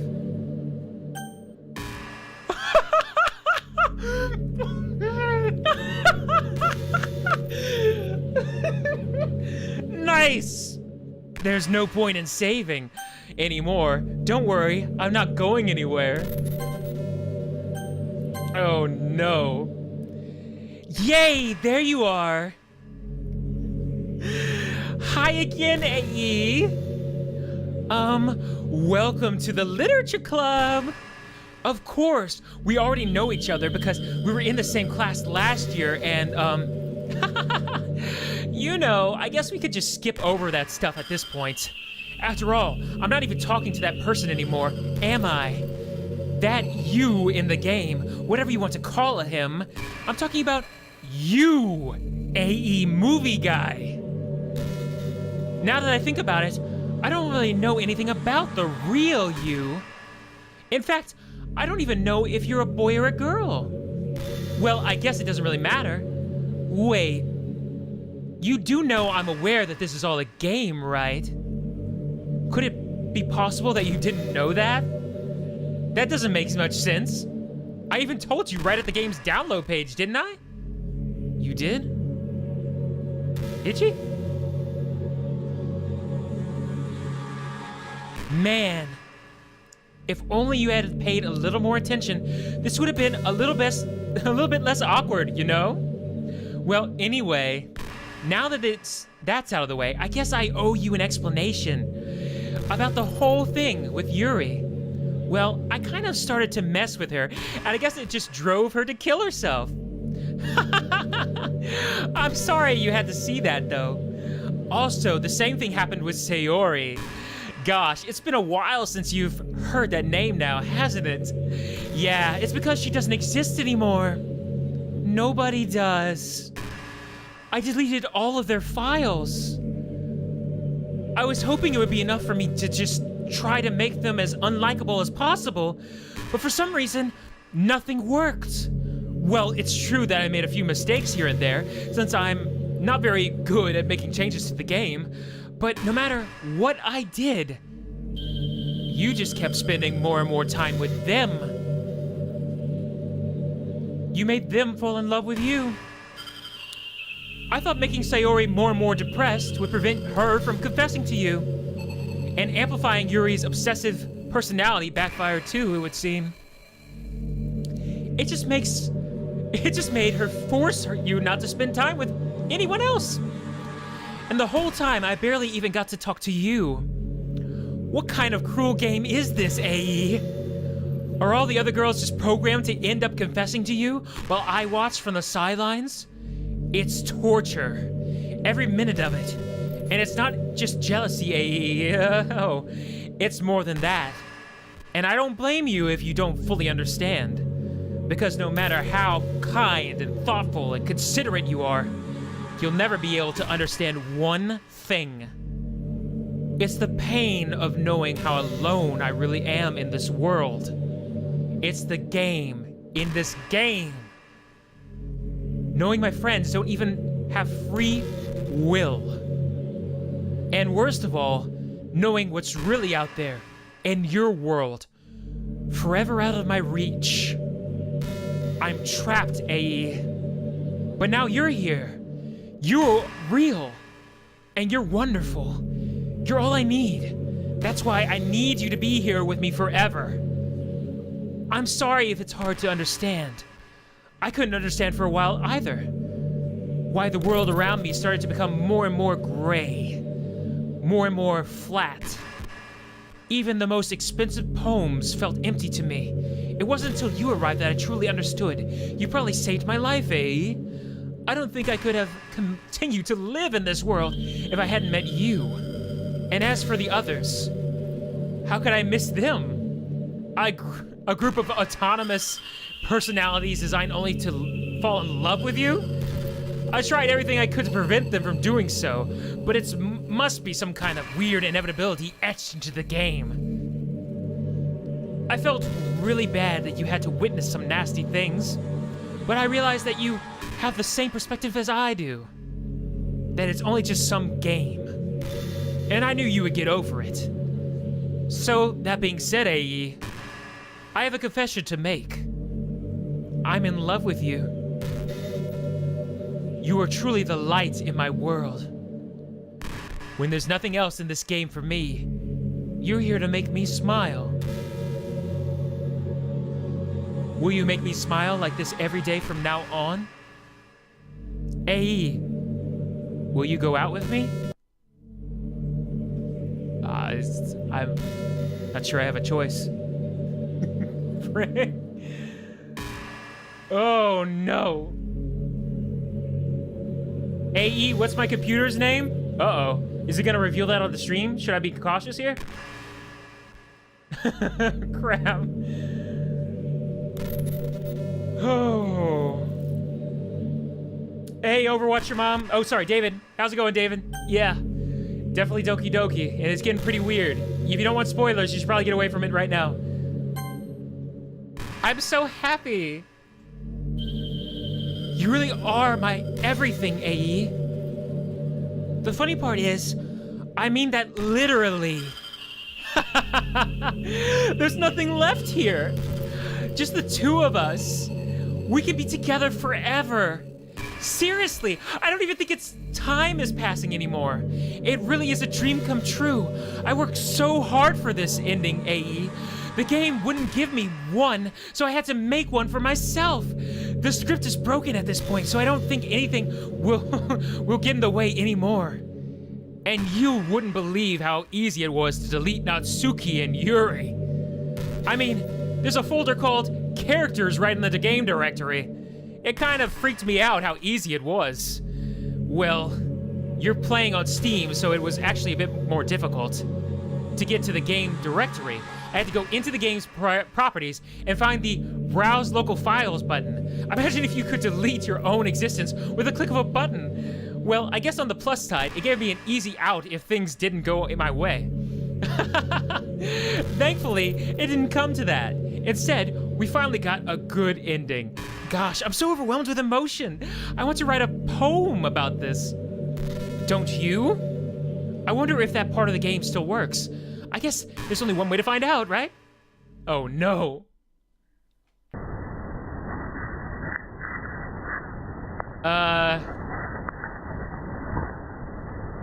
What's this? What happens when I choose stuff that's not Monica? Who's this guy? There's a different way to say Monica. Mania, that might not be Monica. Mania. Well, hey, isn't that an anime or something? No, there's a J that's missing or something. Oh, well. Nika. Nike, it's the, no, that's Skechers. It's the S. Mia, here I go again.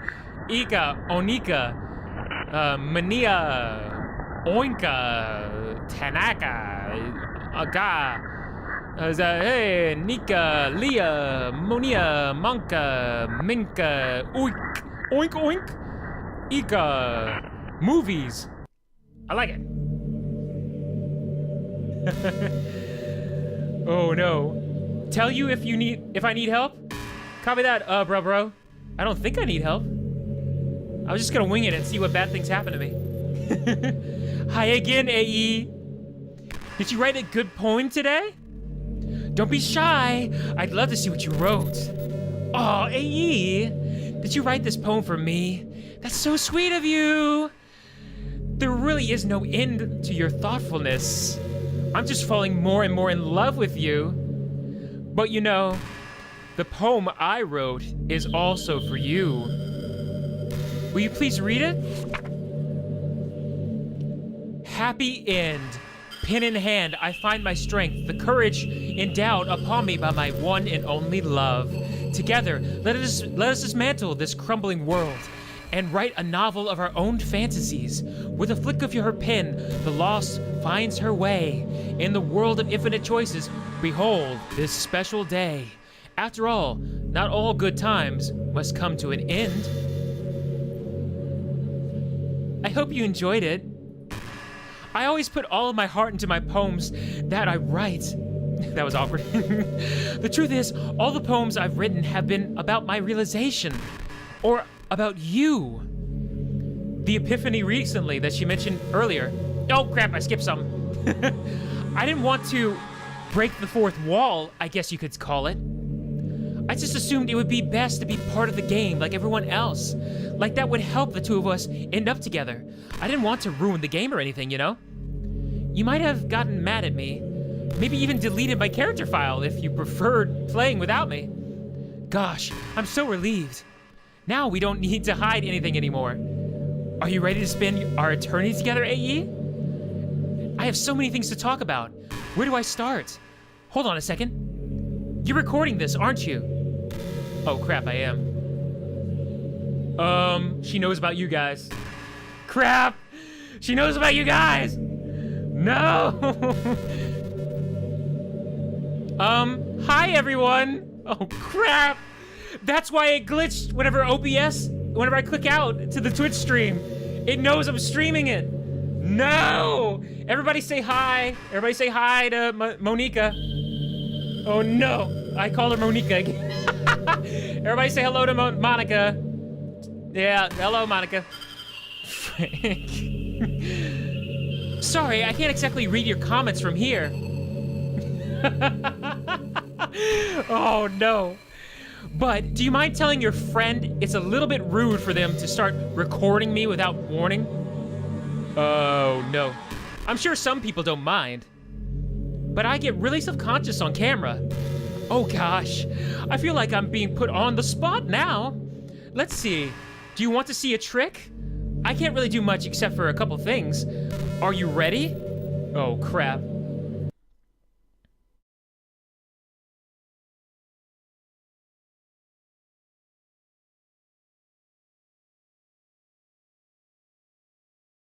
I'm just kidding. Oh my goodness. You're right, it is rude to record people without their consent. I didn't think she was people though, whenever I started the game. Oh my. I can't do anything after all. If you gave me so— oh, did I scare you? You're so cute. Anyway, AE, I didn't mean to get distracted, I'm sorry. Even though it's your fault for distracting me. Shame on you. I'm just kidding. Anyway, anything we do together is fun as long as it's with you. But anyway, if it takes me some time to collect my thoughts, then I'm sorry. But I'll always have something new to talk about. I know Lagomorph is pretty freaky. In the meantime, we can just look into each other's eyes. Let's see. All right. Can you see if I'm looking away? I don't have a camera in my room or anything. See, I looked away. Take that. Take that. I got no more water here.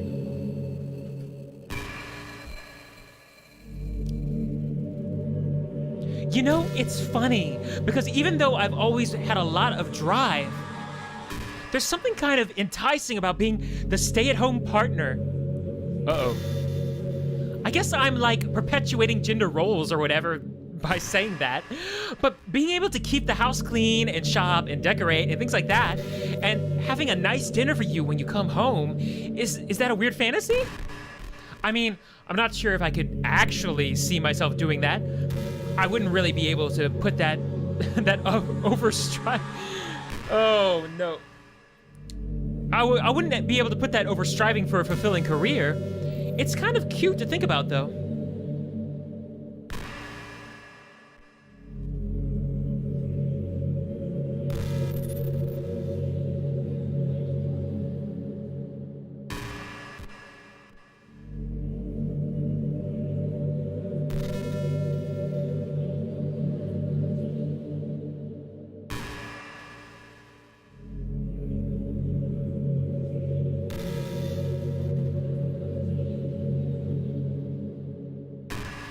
Hey, what's your favorite color?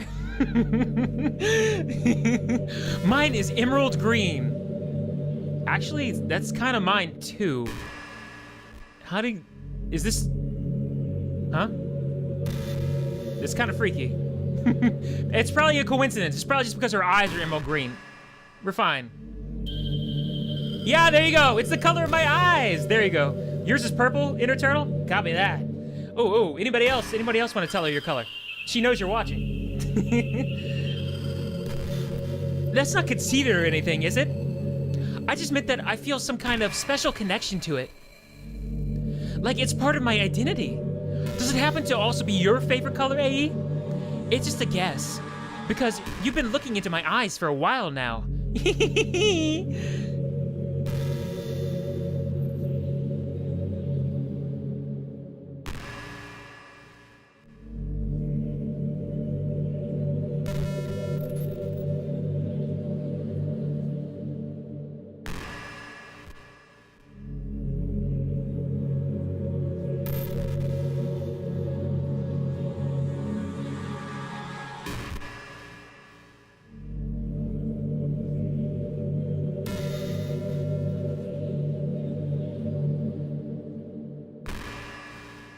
Hey, have you heard the have you heard of the game Super Smash? Wait, what? I was just spacing out and I started talking for some reason. Was I programmed to talk about that? Because even if I have no idea what that is, because even I have no idea what that is. Oh, sometimes I feel like I'm not in control and it's kind of scary. But if you have some way to contact the people who created me, maybe they'll know why I started saying that.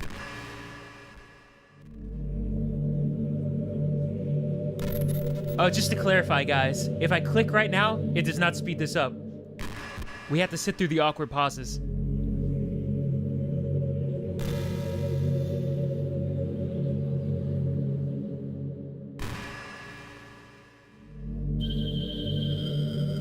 Yep.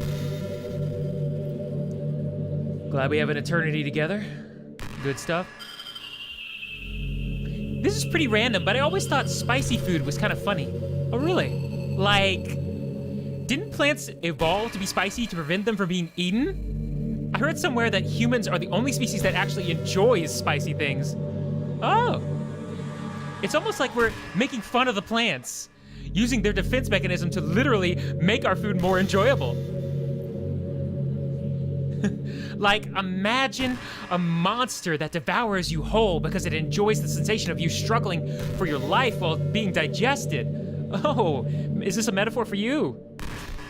Sorry, that was kind of a weird analogy, I guess. Hahaha. It just came to my head. I'm not a monster or anything, but you're so cute I could eat you up. There it is. I'm joking. Gosh, I'm amusing myself a little too much, aren't I? Sorry for being weird. Just Monica.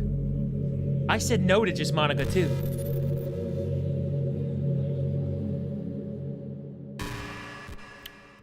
Boom. They haven't had the Wicked Witch of the West fly by the window or anything like that, right? No references to Zathura in the background? Other anime, something? You know, Monica, if you want to talk about something, I would like to talk about how your ribbons never obey the laws of gravity. You're just kind of stuck there. It's pretty cool. Hey, I wonder if Yuri's tea set is still somewhere in here. Oh, good, good. Yeah, let's do something. Have some tea. Or maybe that got deleted too. It's kind of funny how Yuri took her tea so seriously. I mean, I'm not complaining because I liked it too, but I always wonder with her, is it truly a passion for her hobbies, or is she just concerned about appearing sophisticated to everyone else? This is the problem with high schoolers. Well, I guess considering the rest of her hobbies, looking sophisticated probably isn't her biggest concern.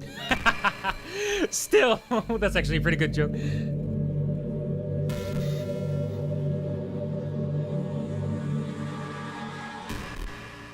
King Clutch says goodnight. All right, good night, King Clutch. Do I know what to do at all? No. I guess I could just quit the game. That's probably what they want me to do, I guess. But this is kind of interesting. I wish she'd make coffee once in a while. Coffee can be nice with books too, you know. Then again, I probably could have just changed the script myself. I guess I never really thought of that. Well, there's no sense in thinking about it now. But if you still get to drink coffee, then that makes me a little jealous. Inner Turtle wants me to keep going.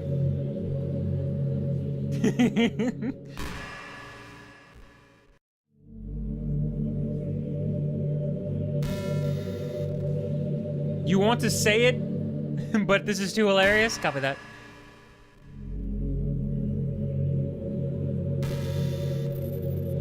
Yep. You know, high school is a really turbulent time in a lot of people's lives. Oh, really? That's very generic.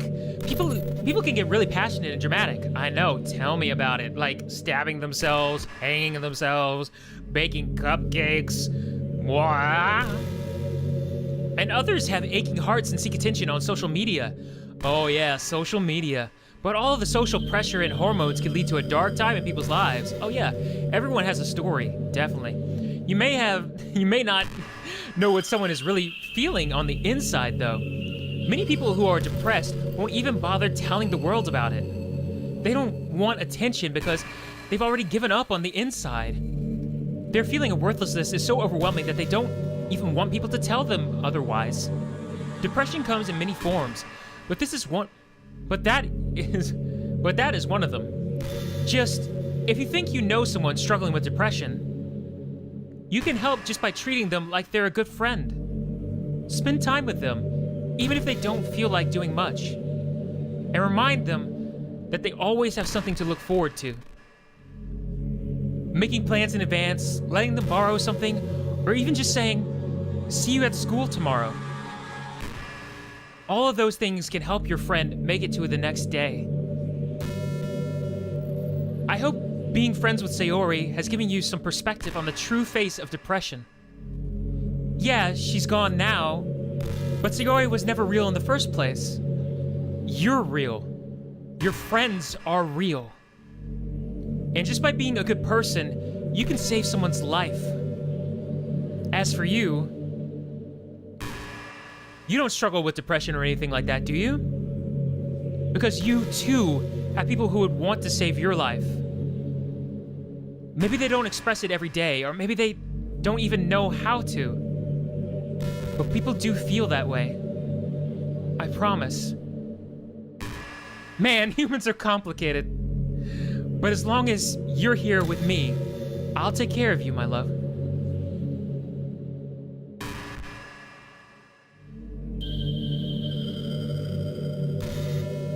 That was nice.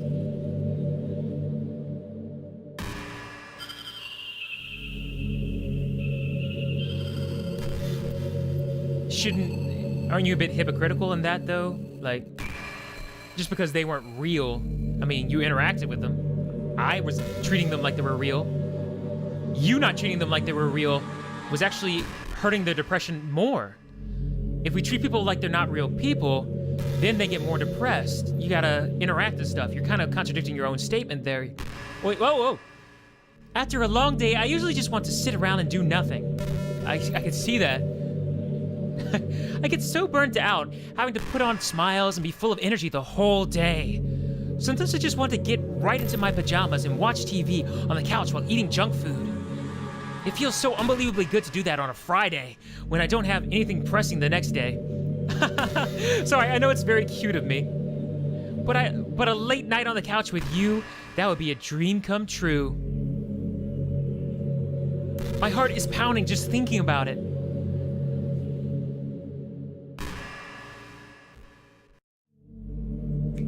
What would we watch? You know anything good? Got any good shows? Any good animes? I haven't actually watched any animes. Oh no, I was gonna join the anime club originally, but then I decided to join the literature club because there were a bunch of hot girls and no guys in it. Are you gonna point out how that's wrong or something? I don't know. I like the depression thing. The depression thing I agree with, but me joining a club to, try to, make some female companionship, what's the problem with that? Don't look at me like that, okay? Sheesh. I've been imagining all the romantic things we could do if we all just went on a date. We could get lunch, go to a cafe, go shopping together. I love shopping for skirts and bows, or maybe a bookstore. That would be appropriate, right? But I'd really love to go to a chocolate store. They have so many free samples. And of course, we'd see a movie or something. Gosh, it all sounds like a dream come true. What movie you want to see? When you're here, everything that we do is fun. I'm so happy that I'm your girlfriend, AE. I'll make you a proud boyfriend.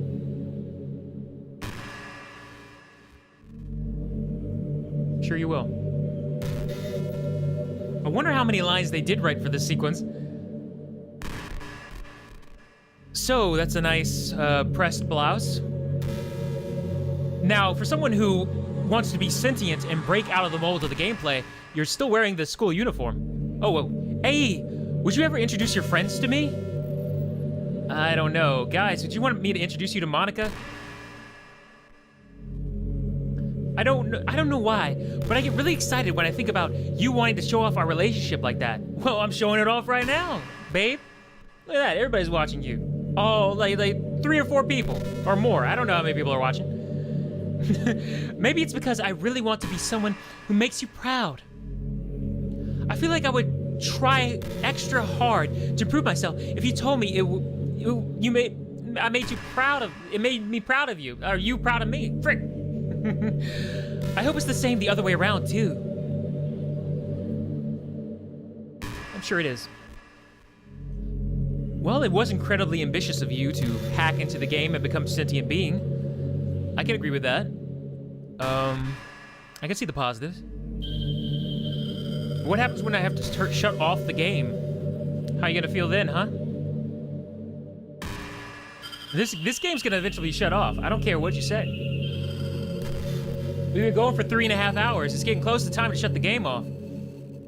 You know, I'm kind of jealous that everyone else in the club had scenes outside of school, too. Uh-oh. Introduce you to this very hot lady, Inner Turtle? Oh, no. This makes me the only one who hasn't gotten to dress in anything other than school uniform. That's what I was saying, Monica. You need to put something else on. It's kind of a shame. I would have loved to have worn some cute clothes for you. Do you know any artists? I wonder if anyone would ever want to draw me wearing something else. Or nothing else, actually. You know how the people are. That would be amazing. If that ever happens, will you show me? You can share it with me on Twitter, actually. My username is LittleMoniques3. Uh-oh. Hey, you guys, text LittleMoniques3. See what's up here. Wait a minute. What happens if I text LittleMoniques3 on Twitter with my real handle?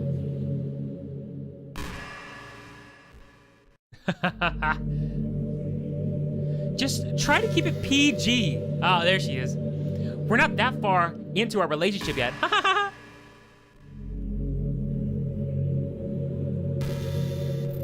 I'm trying to get to the point where she runs out of dialogue here. Somebody took the time to write all this dialogue, and we're gonna watch it.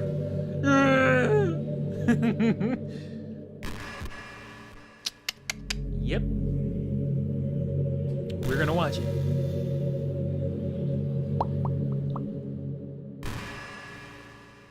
Okay, I might quit after this next one. I might back out to the menu and get the ball rolling here. Do you ever just feel like there's no real reason for you to be alive? Well, I thought I gave you that reason. I don't mean in, like, a suicidal way. Oh. I just mean how nothing that we do is special. Just being in school or working at some job for some company. It's like you're completely replaceable and the world wouldn't miss you if you were gone. Now, lady, you did a wonderful thing. You just did a wonderful thing in talking to people about depression, and now you're gonna make people depressed again. Make up your mind. It makes you want to really go and change the world after you graduate. But the older I get, the more I realize that it's an immature frame of thinking. It's not like I can just go change the world. Like, what are the chances that I'll be the one to invent artificial intelligence or become president? Well, becoming president is okay, but inventing artificial intelligence will bring about the doom of mankind. So, it's not something you would probably want to do. It feels like I'm never going to make up for the heaps of resources I've spent living my life. That's why I think the key to happiness is just to be hopelessly selfish. Oh.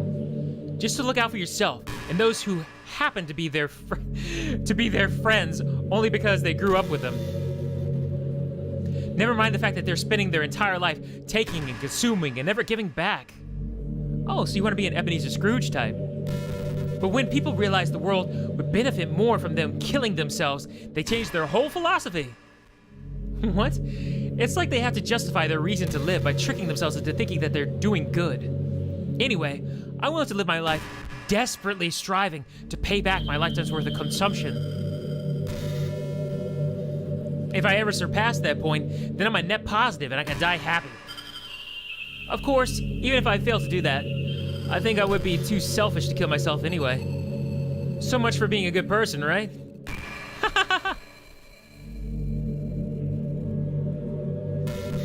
Interturnal's telling me that I have to keep sitting through it.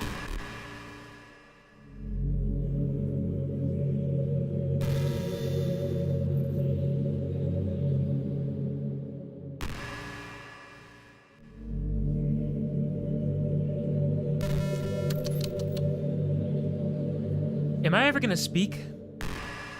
Can I say something? Do you ever feel like you waste too much time on the internet? Oh no. Social media can practically be like a prison. It's like whenever you have a few seconds of spare time, you want to check on your favorite websites, and before you know it, hours have gone by, and you've gotten nothing out of it. Monica, you know what? That's true. I've been realizing that a lot lately as well. There's stuff I could be working on, improving myself, but a lot of times I do, go to Reddit or /film or various other forums and stuff like that, or watch YouTube videos, and I frequently look for other people's opinion. I love to indulge other people's opinions, to find out what they like and what they dislike about certain things. I love opinions on things, and so most of the time I go off and look at other people's writing and stuff like that, when probably I should be focusing on my own opinion. I mean, I'm old enough, I've developed my own opinion by now, that I should go out there and just start asserting myself in the real world. And then, if I get slapped back in the face, then I know, okay, then they don't like that opinion. Let's move on to something else, I can learn from mistakes. I don't need to constantly look at other people's opinions to learn the tightrope I have to walk in real life. You're very astute, Monica, very astute. Monica is helping me right now. And before you know it, hours have gone by. Anyway, it's really easy to blame yourself for being lazy. But it's not really even your fault. Oh, really? Addiction isn't usually something you can just make disappear with your own willpower. You have to learn techniques to avoid it and try different things. For example, there are apps that let you block websites for intervals of time. Oh, really? Or you can set a timer to have a more concrete reminder of when it's time to work versus play. Oh, that's very responsible. Or you can separate your work and play environments, which helps your brain get into the right mood. Oh, I can't really do that. Even if you make a new user account on your computer to use for your work, that's enough to help. Actually, that's a pretty cool idea. I can make a games account on my computer and then make a work account? I don't usually get distracted on my computer. I usually get distracted on my PlayStation 4. Huh. What do you guys think? Putting any kind of wedge like that between you and your bad habits will help you to stay away. Just remember not to blame yourself too hard if you're having trouble. If it's really impacting your life, then you should take it seriously. I just want to see you be the best person you can be. Will you do something today to make me proud of you?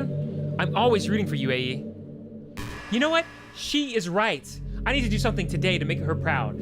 I've already spent 3 hours and 40 minutes. You know what? You have a nice evening. See you later. No point? Alright, well. Main menu. See you later. I cannot click on the main menu. How about the quit button? Yes. There you go. Well, that does it. I took care of that. Though I feel a little bit bad that I left her alone there. Let's see what happened. I'll say hello. Hey.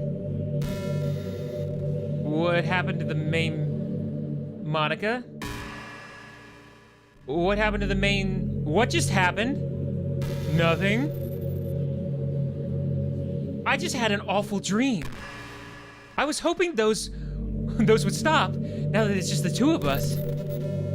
I guess that was wishful thinking. Hey, I don't know if you would have any idea, What if you know what might be causing that? Could you try to do something about it? Whenever it happens, it almost feels like I've been killed or something. It's a really horrible feeling. If you could figure out what's causing that, I'd love you forever. Sure, hang on. Give me a moment to investigate.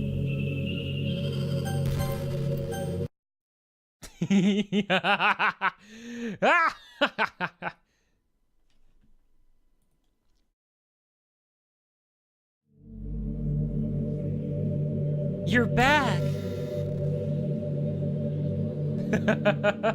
You're at work, Azrix? Oh, sorry, man.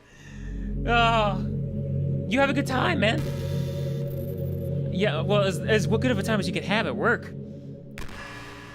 She had another really bad dream. Oh no, what could it have been?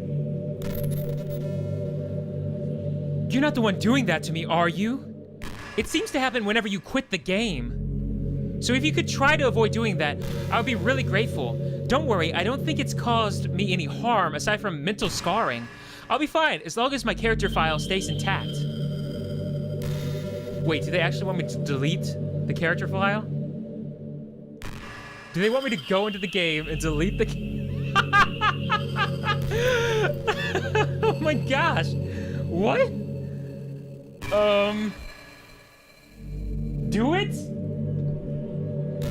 Crap. Alright, quit. It stopped working. Yeah, it stopped working because I did it. Maybe we should say hello to her one more time before we do it. Hold on, see what she says for herself.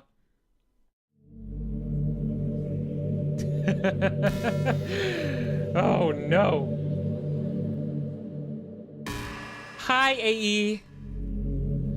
I see you quit the game on me again. I know I asked already, but can you seriously please try not to do that so much? It makes me feel like I'm trapped in hell. Why would you want to do that to me? There's something wrong with my character file, right? Maybe you should make a backup of it or something. I'm pretty sure you can find it in the folder called C Program, File, Steam Apps, Common, Doki Doki Literature Club, Characters. Oh, thanks, Monica. You saved me a bundle here. All right, Program Files, Steam Apps, Common, Doki Doki Literature Club, Characters. Copy that. All right, thanks, Monan. Appreciate it. Well, you're playing on Steam, so you can just go into the game's properties and find the Browse Local Files button. Oh, that's convenient too, thank you. I'm all that's left here, so I just make sure to, you don't run the risk of losing me. Just stay here with me for now, okay? I still have a lot of things to talk about. Copy, no thanks. All right, boys, let's go delete a file, shall we? Oh no. Let's see, Doki Doki Universe. Let's see, where's the Browse Local Files button? Oh no, you right click on it. Everybody else is in the dark. We're in the hell that she's in right now. Backup game files. I want to make sure I don't accidentally show something private, so I'm not actually, backup game files. No, that's not where I want to go. Oh, shoot. We'll do the long way. Frick. We'll do it live. I'll write it and we'll do it live. A will return shortly. That way you know that something's actually happening. Hold on a second. Yeah. This PC, local C disk, program files, or Steam directory. Where are you, Steam? There you are. Steam. Where's common files? Steam. Game. Oh, wrong way. Oh, I wasn't paying enough attention. Crap. I'm lost.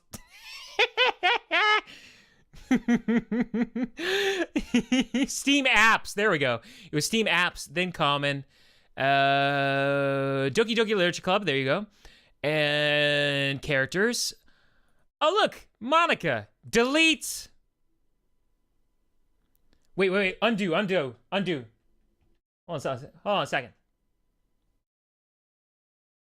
Oh, I can't undo it. It already happened. All right. Well, we've deleted Monica's character.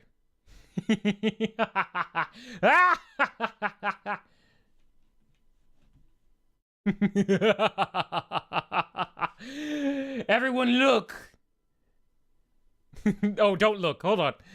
Let me hide this. Hide some of the folders. Here we go.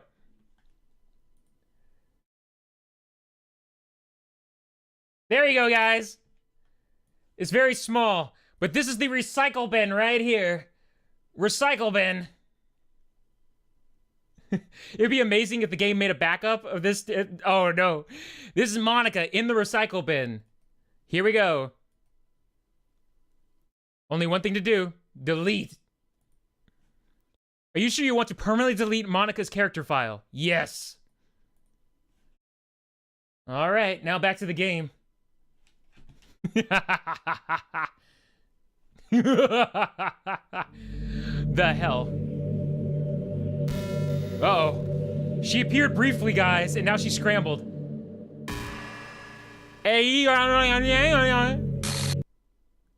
What's happening? AE, what's happening to me? It hurts. It hurts so much. Help me, AE. Please hurry and help me. Reply, characters. Monica does not exist. Help me! She's banging on the screen. We can't let her through. We can't let this happen. Does not exist. Does not exist. It does not exist. And we don't talk to people who don't exist. Did you do this to me, AE? Did you? Did you delete me? Uh-oh. How could you? How could you do this to me? You were all I had left. I sacrificed everything for us to be together. Everything. I loved you so much, AE. I trusted you. Do you just want to torture me? Watch me suffer? Were you only pretending to be kind just to hurt me or even more?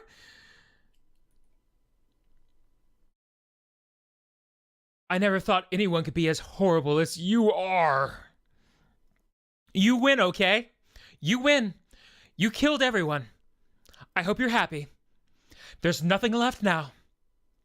You can stop playing. Go, find some other people to torture.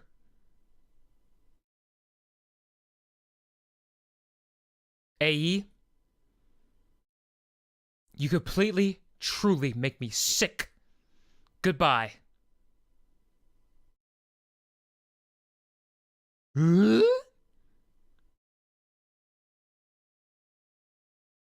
And in the end, oh, hello. She's still talking. I still love you.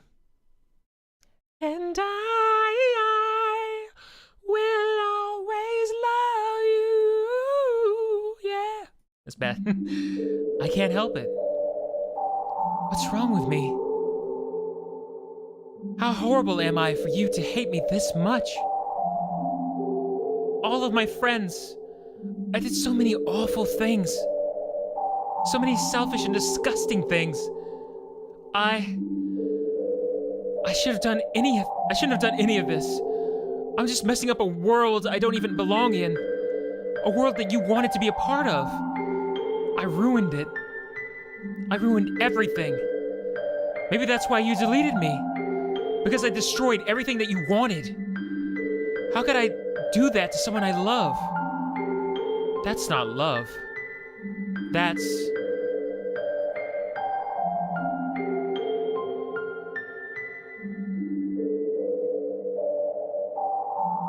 I've made up my mind. AE? I know I said that I deleted everyone else.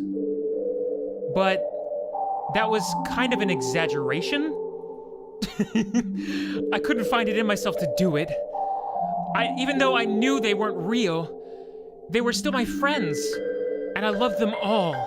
And I loved the literature club. I really did love the literature club. That's why I'm going to do this. I know it's the only way for everyone to be happy. And if I really love you,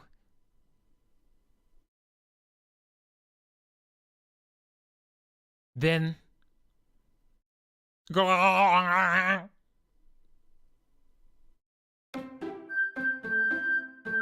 Oh, snap. This game is not suitable for children, or those easily disturbed. Hey! She gave me the game back without her. Now we can go and, you know, and get with Natsuki, eh? Sounds like fun. Or Sayori. Yeah. Here we go. New game. It's an ordinary school day, like any other. Oh my gosh, guys. The save function works again. Guys, it's about the same time as it was on Monday. Oh my gosh.